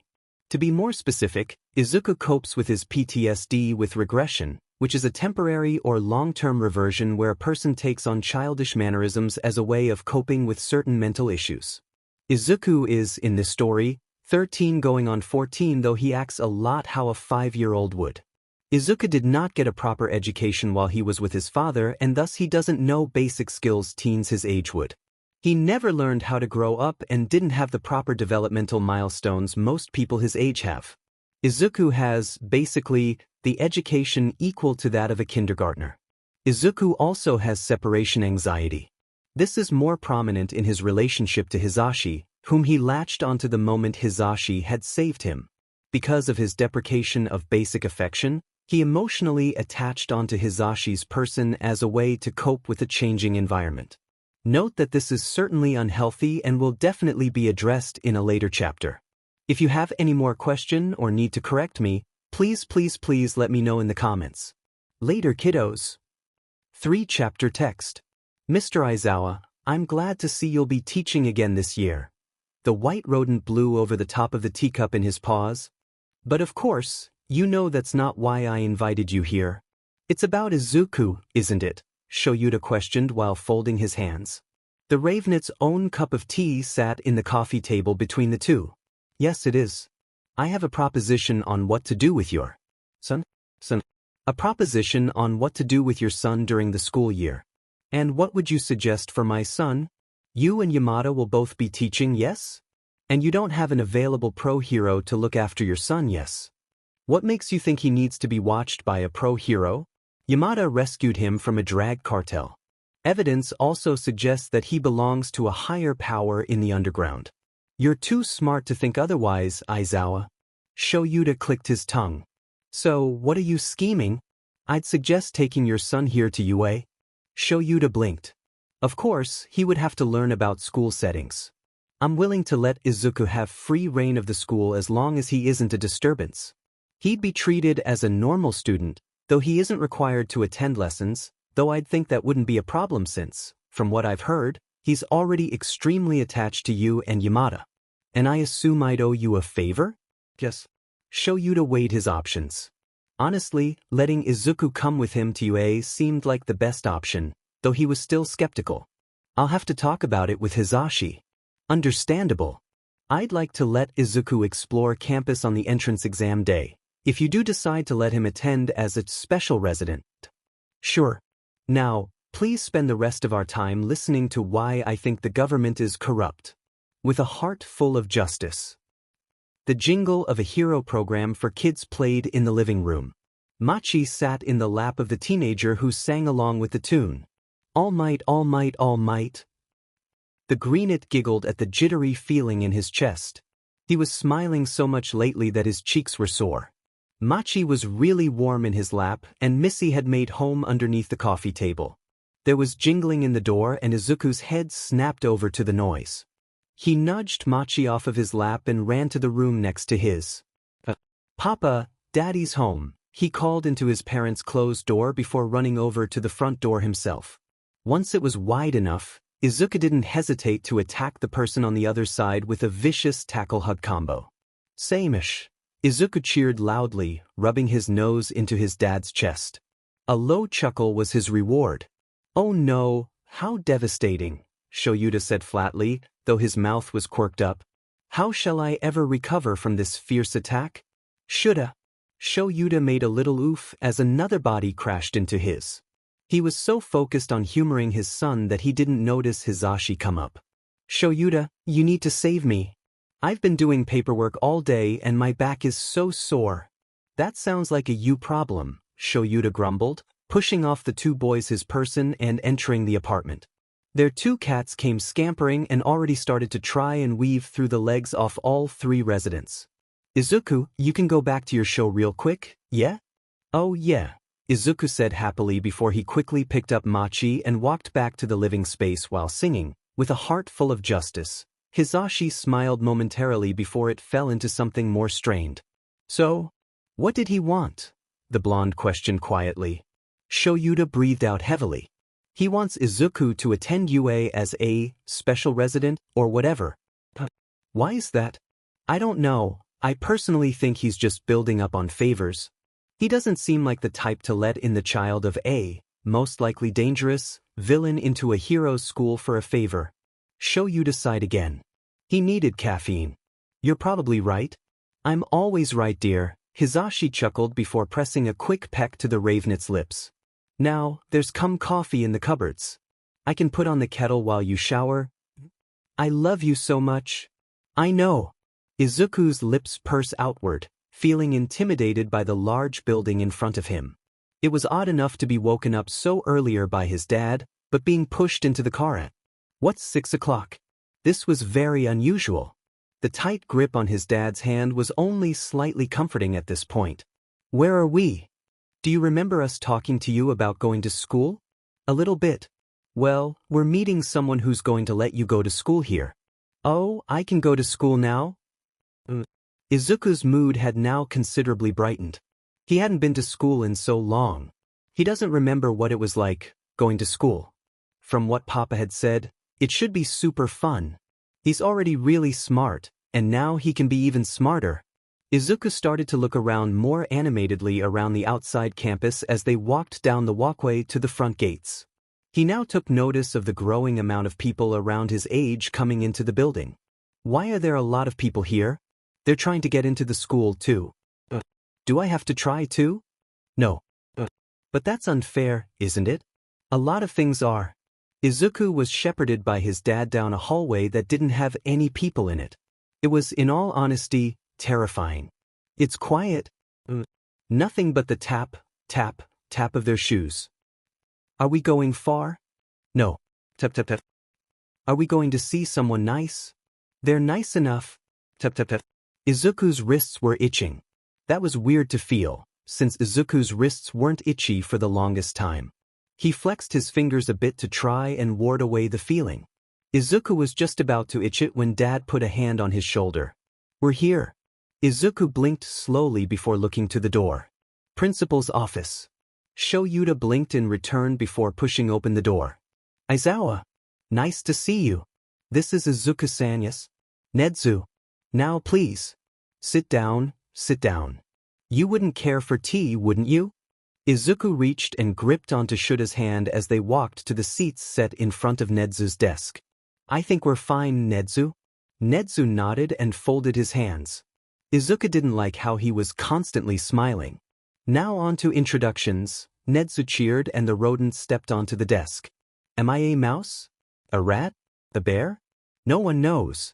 I am Nedzu, principal of the #1 hero school in Japan. You are Izuku, yes? Izuku answered hesitantly. I'm sure your parents have given you a rundown. I want you to attend school here and spend the day in the presence of the heroes working here in the school. Izuku-san, I'm sure you are aware that you are in possible danger, yes? Well, we want to be able to guarantee your safety. We have top-notch security systems, and not to mention there are many top pro heroes working here as teachers. Izuku blinked a few times and his eyes positively lit up at the sound of heroes. Heroes? Like real-life heroes? Yes, Isaac-san. Izuku turned his head to look at his dad, who looked to find the wood grains in the desk seemed like the most interesting thing at that moment. Izuku pulsed his grip on Shuta's hand, which gained his attention. Shoyuta looked to the teenager, who had positively sparkling eyes. Shoyuta felt his resolve crumbling every second. He continued to look at the boy's face. He essayed in a breath, sent a quick prayer to whoever even listens to that, and sighs defeated. We can work out the details in the days leading up to the first day. Splendid, Nedzu cheered. I'm glad to welcome you to Izuku-san. This is your hero academia. Uraraka Ochako had a spring in her step as she bounced to the entrance of the school of her dreams. Her nerves were like electricity underneath her skin, but she was trying her best to save that anxiety into an adrenaline rush for the time of the exam. As she continued to talk forward, her eye caught onto an unlikely pair in the sea of students. They were walking away from the building and one seemed to be in their late 30s and the other around her age. The older one had shaggy, dark hair and wore a black jumpsuit despite the warm weather. The younger had sparkling green eyes and tied back, curly hair to match. As she passed by, the younger boy yelped out as his foot caught onto nothing and tripped him. She was about to reach out and use her quirk to help when the boy had white bandages suddenly wrap around him and lift him away from the ground and setting him upright. "Ah, I saw you fall. Are you all right?" she asked worriedly. "I was going to use my quirk to catch you, but it seemed you already had help." The boy seemed surprised at her talking to him. His face was absolutely panicked. She was about to ask what was wrong when the bandages around the boy had recoiled and were sent back to the Shaggy Man. Quirk usage in public places without proper authorization is considered illegal. "Don't make that mistake," he said, and the pair walked away. What an odd pair. Uraraka was positively radiating a positive energy as she entered the UA gates for a second time. It was the beginning of the school year, and she was positively hyped. Her first step to being a hero, her first step to helping her parents and other people. So exciting, she hummed to herself as she continued into the building with a wide smile. Her steps are airy and light as if she had activated her quirk onto herself and flew just above the ground. Can you blame her, though? One A's. This school is huge, she thought as she looked at the tags above the many doors in the hallway. Ah, there it is. With her smile still spread on her lips, she pushed open the door and took in the scene before her. Her eyes scanned the room, her eyes catching onto an odd trio. There was a blonde boy who was lounging in his chair and propping up his feet. He looked agitated and Achicho put him into the introduce yourself later folder. There was a navy-haired boy who gestured stiffly and wildly, as if scolding a child. He was aiming his barrage at the blonde, speaking loudly and clearly. The last boy who was sitting on the teacher's podium and had dark green hair and freckles dotting his cheeks. There were also scars outlining his jaw, which was slightly worrying. Though, he did seem familiar to her, though she couldn't place her finger on it. "Izuku-kun, Bakugou-kun, please remove yourself from the furniture," the navy-haired boy chastised. "You are disrespecting your past classmates and future teacher." "Don't worry, Ida-kun," the greenet said happily. "The teacher doesn't really mind." "How can you be so sure, Izuku-kun? You are still disrespecting property." "Oh, can it, glasses? Who the F cares?" "Bakugou-chan, please be nice to Ida-kun." "Shut the F up, Deku."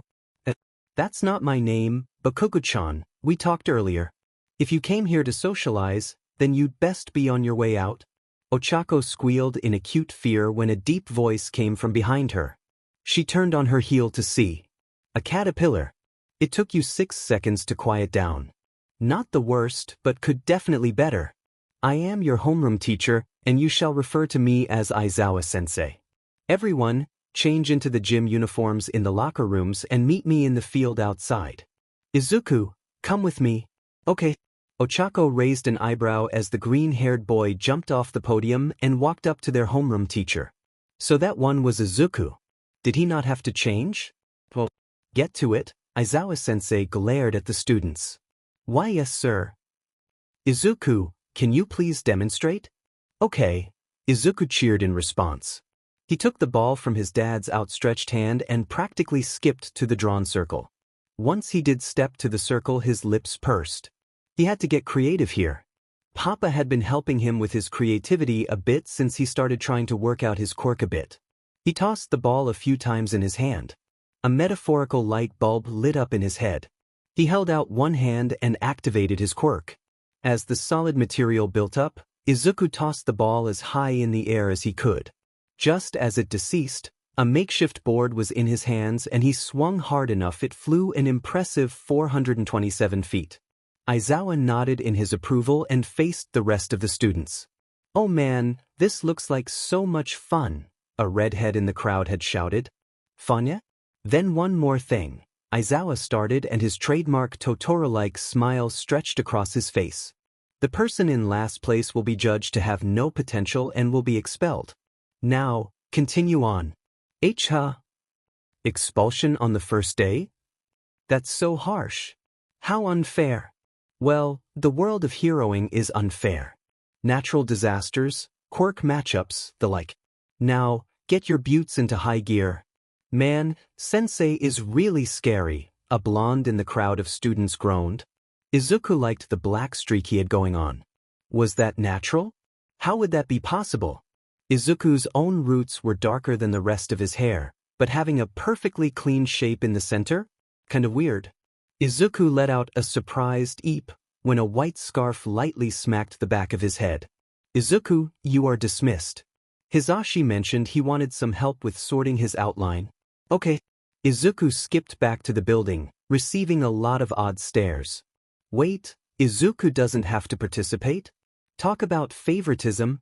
Whether Izuku participates or not is up to me. Now, let's move on. Izuku got to school with his dad and father at his sides. He held both of their hands as they walked. Izuku blinked when he saw a crowd of people squished together at the gate with large, boxy cameras and nice, dressy clothes. His lips tightened together as he pulled himself closer to his dad's. Judging from their faces, they saw the crowd too. Oh great, Aizawa grumbled. Just what I needed this morning, vultures. They're reporters, Shota. Izuku, stay behind me and your dad, Izuku nodded wordlessly as he released his dad's hands to instead hold onto the back of Aizawa's black jumpsuit. As they approached the reporters, they all seemed to simultaneously notice their presence on campus and flock to them in a flurry. Can we take some of your time? Some shouted. Just for a few questions? Hey, your voice hero, Present Mike. Can we get an interview? Present Mike, how is working on UA with All Might? Present Mike, can we ask a few questions about being on campus with the symbol of peace?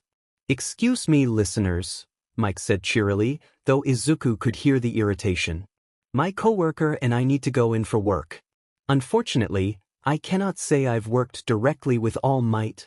Mike pushed himself through the wave of reporters and Aizawa pushed Izuku to the front as he followed.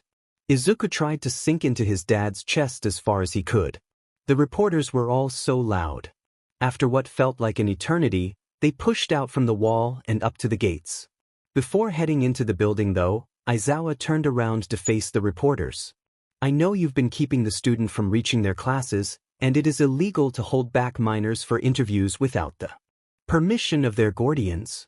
Just as he finished, a large iron gate slammed down onto the ground before the reporters. Izuku jumped at the large bang and ran forward to hug Mike at the back. Aizawa sighed and joined them as they entered the school. Izuku hummed as he munched on one of the rice ball. They were swan-shaped. In a bento box he had gotten from lunch rush. Mike sat a little ways away at his desk while Izuku made himself at home on the lounge couch they had in the teacher's lounge. There was just the scratching of Mick's pen as he graded papers and the crinkling of paper as Izuku took rice ball after rice ball out of the bento. Before Izuku was going to bite the top of the ball, there was a loud ring, echoing around the room. Mike had startled too as he jumped up from his seat. Sheet, he whispered and walked speedily to the door. Izuku, stay right there. Don't answer the door for anyone. What's going on, Papa? Izuku asked, putting the half-eaten rice ball back in the bento. Just security. Izuku wasn't thoroughly convinced, but he nodded and let his father go out the room. The alarm was still blaring, and it reverberated around Izuku's skull. It made him whimper with the uncomfortable feelings crawling up his spine. Slowly, Izuku put the lid back over the bento box and laked to the window that faced the courtyard outside the school gate. As he peered out the glass, he saw the iron gate isn't there anymore and the reporters from earlier were crowding the door into the school. Izuku purses his lip. Did someone lift the gate? Begrudgingly, he goes back to his bento. Izuku sat up on his knees and pressed his nose onto the bus window. He watched as his dad and classmates all gathered around the bus entrance. He couldn't hear them, but Izuku already knew they were going on a field trip for training. Although Izuku wasn't allowed to participate, then that was fine. He wasn't allowed to join the paired exercise on the second day, but he had fun with Papa while practicing his English. Ida had gone to the entrance of the bus and doing the arm chop motions that Izuku learned early on was his thing. His classmates, in response, all made 2 lines and entered the bus. Oh, it's open-floored, Uraraka gaped, quickly taking a seat in the middle seats. Ida sighed dejectedly and sat near to the from. Don't worry about it, Ida-kun. It's not that big a deal. Oh, Izuku-kun, you're already here, Yaoyorozu commented. Dad let me go on early because I don't have to change, Izuku said in response. Are you not participating again? Sato asked curiously. Izuku shook his head. That's okay though, because I get to watch this time. Settle down, we're moving, Shoyuta said lowly, being the last one on the bus and sitting in the front next to Izuku. Izuku, stop sitting on your knees. Sorry, Izuku mumbled and sat down properly. Izun, if I may be so blunt, I like to speak my mind, Azui says from her seat. Is Aizawa-sensei your father? You call him dad? Oh yeah. He's a good dad, Izuku answered. Really? So is that why you can be in the class but not participate? Kirishima asked. You? Izuku hummed in thought. I dunno. Hey, Dad, why can I be in the class? Shoyuta had grumbled out something akin to situations while he nodded off. Hey, Izun, I've been meaning to ask, Uraraka piped in. What exactly is your quirk? We saw it a little bit in the apprehension test. I've been dying to know. Izuku widened his eyes in surprise before he got back up on his knees on the seat and repeatedly and softly hit Shuta's head. Dad, can I show them? Please? Please, pretty please, Izuku asked cheerily, and gave a happy giggle when Shoyuta took out a granola bar and gave it to the overexcited 15-year acting like a 5-year-old. Izuku didn't hesitate to tear into the wrapper and take a bite. Izuku, what does a granola dash? Izuku stuffed the half-eaten bar in his pocket and clapped his hands together. He excitedly activated his quirk and the bright light from his chest erupted forward like always. The class oohed and awed as the light tendrils creeped up his arms into his hands. When he opened them up again, milky white glass shaped to look like a paper swan sat in his hands. I can make glass from stuff in my bones. I have to eat my granola bars though, because if I use it too much I get tired, Izuku explained. Whoa, it's so pretty, Ashido gasped from the back. It's shiny, Hagakure added. I make hair stuff for Papa sometimes. Aizawa-sensei wears hair stuff, Kaminari asked in disbelief. No. Well, sometimes. Papa wears them the most though, Izuku corrected. He is still holding the swan in his hands, and shuffles around a bit before deciding to just give it to Mina to hold onto while he clapped his hands together again. The quirk usage was quicker this time, and when Izuku was done there were milky white chopsticks with fancy flowers around the ends in his hands. He quickly goes back to his seat and sits up on his knees again facing Shoyuta. Dad, give me your hair please. Aizawa complies with seemingly no resistance whatsoever, and Izuku quickly took hold of the teacher's hair and masterfully twisted it into a low, messy bun and had the chopsticks hold everything into place. Ashido was silently clapping in the back. Wow, Izuku-kun. Where did you learn to do hair like that? Uraraka asked with a gasp. Papa taught me everything I know, Izuku proclaimed proudly. Dad is our practice doll, that's what Papa says. Kaminari, Siro, and Mina all simultaneously threw themselves forward as they spit out loud laughter. The rest of the bus quickly followed their lead. You know, Izuku-kun, your quirk is very similar to Yaoyorozu-san, Azui says after the bus had collectively calmed down. Izuku had already picked his swan back from Mina and set it down in his lap as he took his seat again. You both create things from your bodily material. Oh my god, never say bodily material ever again, Kaminari begs, holding his hands together in a prayer. Tsukuen is right, Uraraka gasped. Isn't that similar, Yaoyorozu said. Izuku gasped excitedly and jumped up from his seat again. Dowson, can you make swans? Izuku asked, mouth stretched into a wide smile. Yaoyorozu was slightly taken aback. No, I cannot make living things, Yaoyorozu explained. Then, can you make cats?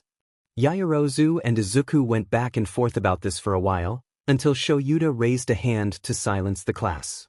We're here. Get off and into the building. Izuku gaped and wildly looked from place to place. The USJ was huge. It was pretty too. His dad already had a grip on the back of his hoodie, and it was nothing more than a leash to keep Izuku from running off. The greenet was so distracted, he didn't even notice the Rescue Hero 13 until he was literally being lead right next to him. Izuku gasped quietly but dramatically, and began to pester his dad. Oh my gosh, Dad. It's 13 ushmigush, he whisper-squealed while repeatedly tapping his dad's arm. Oh my gosh. Aizawa-san, 13 greeted. Where is All Might? Wasn't he supposed to be here today? He used up all his time this morning, so he's recovering in the teacher's lounge back at you, 13 said, holding up 2 fingers. Aizawa grunted and 13 cleared his throat and turned to the students. Hello students. The rescue hero addressed the heroes in training. Welcome to the USJ. You may all know me as the rescue hero 13. No, Izuku whispered like it was one of this kid shows with the call and response gimmick. I'll be overseeing the lesson for today. Before we begin, I would like to say one thing. Or 2. Maybe 3. Now, I'm sure you all know my quirk, black hole. It SCKs up anything into my fingers and turns it into dust. Now, yes, this quirk is immensely powerful and is very useful in the right situation. Although this power can easily injure, or even kill, a civilian. I've been fortunate enough to gain proper training, but if that were the case, then I could easily hurt someone without meaning to. The comment made Izuku think of his old dad. He used his quirk to hurt people all the time, but it wasn't on accident. Now, today is a rescue mission. There are dummies marked as citizens located all around the USJ, and you must be mindful of your quirks to save Dash. There was a wind. These civilians from Natural Dash. A very familiar kind of wind. The kind of wind that screamed bad. Disasters of all different types. You Dash, Dad? Will be separated into Dash. Aizawa hummed in acknowledgement. Groups of 5, so they're Dash. Dad, something's bad. Will be 4 groups in total. When Dash, bad? You have your groups Dash. Dad, I'm scared. You will be assigned Dash. Izuku, what's wrong? Aizawa kneeled to Izuku's height. A zone, in which you will enter to save the civilians. Dad, the bad shadow man is here, Izuku gasped, trying to take in deep breaths of air. Dad, he's here. Izuku, who is here? Where is he? The shadow man, Izuku sobbed. His eyes were burning and he was shaking and the wind was getting faster and Dad, he's here.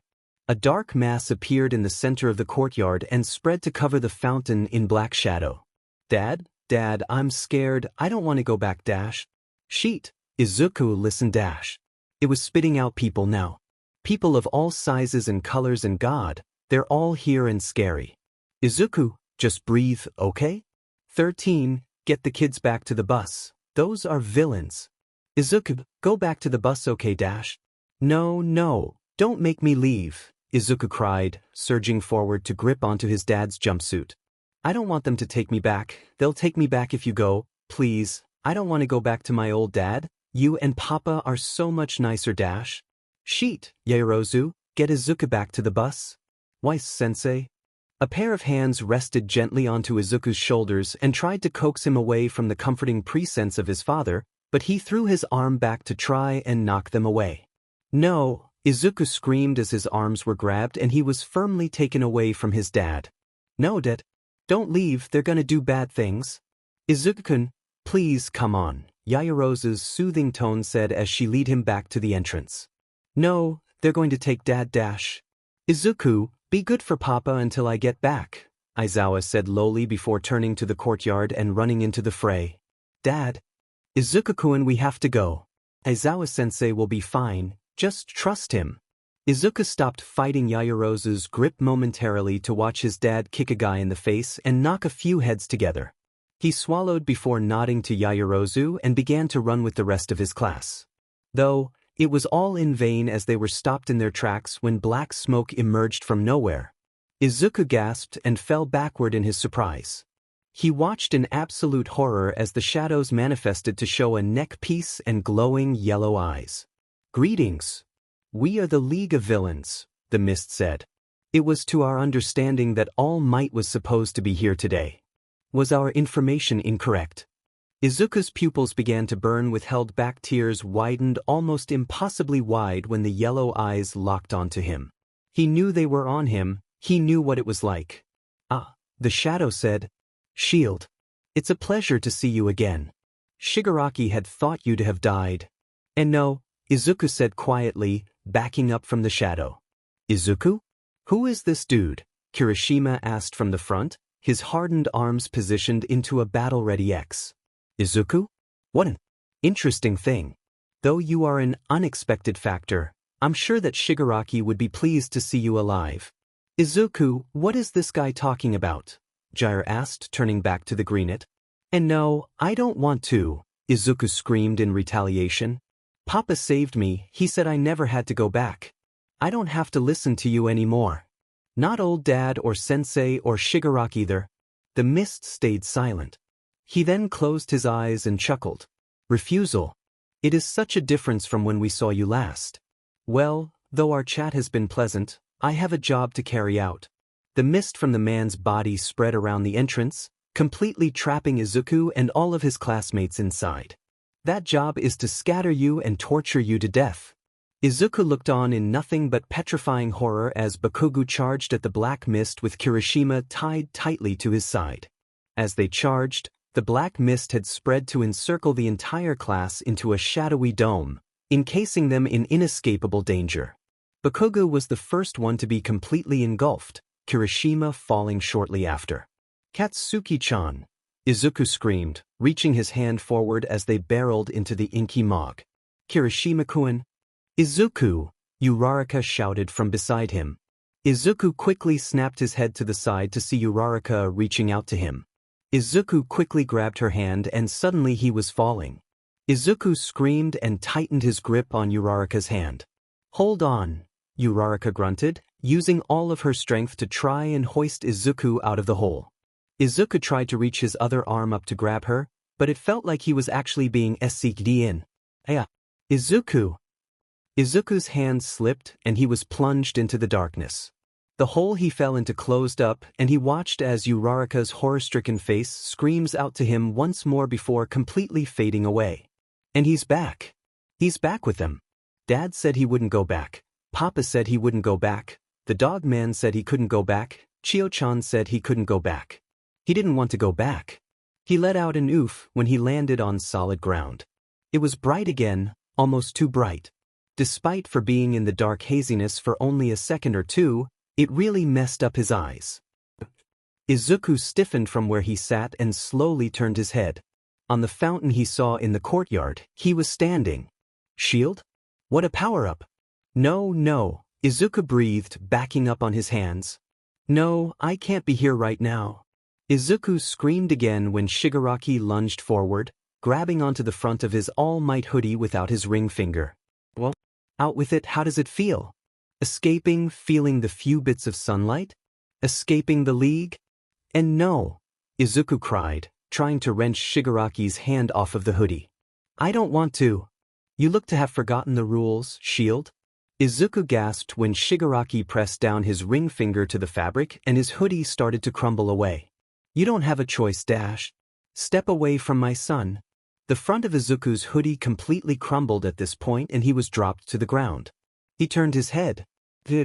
Izuku, get back to your classmates, Aizawa commanded, his capture weapon flaring out menacingly. Shigaraki held himself still. Izuku swallowed the lump in his throat and nodded, scrambling to get away from the villain. Izuku ran towards the entrance, but screamed when he noticed the large crowds of villains. Most were already on the ground, but they were recovering and had all eyes on the small boy. No. Izuku screamed again when he was suddenly yanked back, his wrist making a large crack. Sound before he was suspended in air. Izuku felt the pain swell up his arm and his eyes started to water and instinctively shut his eyes closed. There were the clicks of footsteps coming close to him and they stopped right next to him. Izuku dared to crack open his eyes when the tears started pouring down his face. It was kind of you to bring Shield back, Shigaraki said, though his voice held no gratitude, and after Sensei had given him such a powerful quirk. We were devastated at the loss of resources. Tell that thing to let go of him, Aizawa growled, holding his capture weapon up higher. And I won't use force. Funny, Shigaraki deadpanned. The thing holding up Izuku, Nomu, had let the boy in its hold brush the floor with his toes by holding him by the hair, which hurt a lot. Shigaraki then brought one of his hands up to the back of Izuku's neck, lifting away his pinky and middle finger. If I do that, then I'm afraid my fingers will slip. I don't want to get rid of a valuable asset, but if it was an accident, Sensei would understand. Dad dash. Izuku choked out pathetically, his non-hurting wrist coming up to try and pry Nomu's hold on his hair. Dad, I'm scared. I know, son, just, Aizawa responded. Just focus here, okay? You're going to be fine. Everything is going to be fine. Son, Dad, Shigaraki mocked. How sentimental. Izuku began to panic more once black mist had begun to materialize next to Shigaraki. Kurogyri. Did you kill 13? 13 is out of commission. But one of the students had escaped. I'd imagine that reinforcements will be here soon. Izuku's breathing almost stopped entirely when the fourth finger touched his neck. Kurogyri, if you weren't our exit ticket, I would have turned you to dust, Shigaraki seethed. That's it. Game over.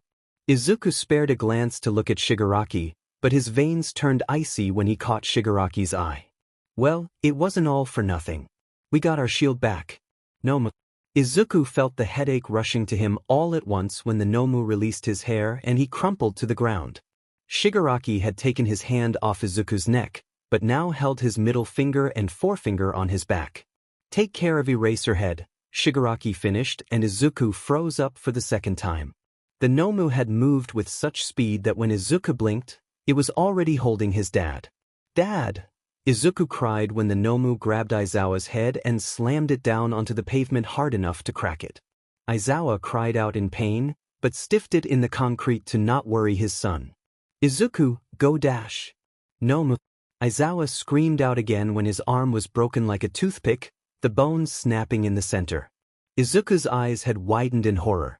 He didn't want this. Let go of his dad. He couldn't look away. Why couldn't he look away? If he couldn't see it, maybe he could wish hard enough and it wouldn't be happening. Maybe then he'd wake up again this morning with Machi on his tummy and Missy on his feet and Dad and Papa in their room, sleeping and safe and not getting hurt, and he'd sit down and have breakfast with them. They had miso this morning, and then put on his favorite hoodie and see Katsuki-chan on his way to the classroom and say hi to all his friends and to Namuri-san and… Izuku screamed out in frustration. He turned his back to the ground and lashed at Shigaraki with his hand which was covered in sharp white glass. Shigaraki had already jumped back with Izuku's sudden scream and subsequent movement, but obviously hadn't expected to be clawed at. The Greenit used this opening to get away from Shigaraki and charge at the direction of the Nomu. He pushed his hand forward and the shards on his hands had grown suddenly to be a huge pillar that smacked the Nomu in the chest and away from his dad. The pillar had broke off his hand and had flown with the momentum with the Nomu and landed right on top of it. Izuku grinded his heels into the ground to slow himself down and he tumbled down next to Aizawa's injured form. Dad, Izuku cried. Dad, we have to get out of here. Stupid, Shigaraki hissed. This is so stupid. You're supposed to be weak, but you blew Nomu away. You've got to be cheating. Dad, get up, Izuku pleaded, shaking his dad by the shoulders. We need to get help. The Nomu was pushing the pillar of glass off of its body. Dad, come on, Izuku said, picking up Aizawa's unbroken arm before hissing in pain himself when his wrist flared up. The Nomu was getting up. Dad, I can't carry you. Izuku sniffled before he collapsed onto his father's body. The Nomu was rushing at them now. Izuku looked up and glared at the monster as it drew closer, closer, and closer. In a last-ditch effort, he readied his hands that were encased in a white glow. Dad, I love you. The Nomu swung its hands over its head to strike, but just as it did, boom. Don't worry. I am here.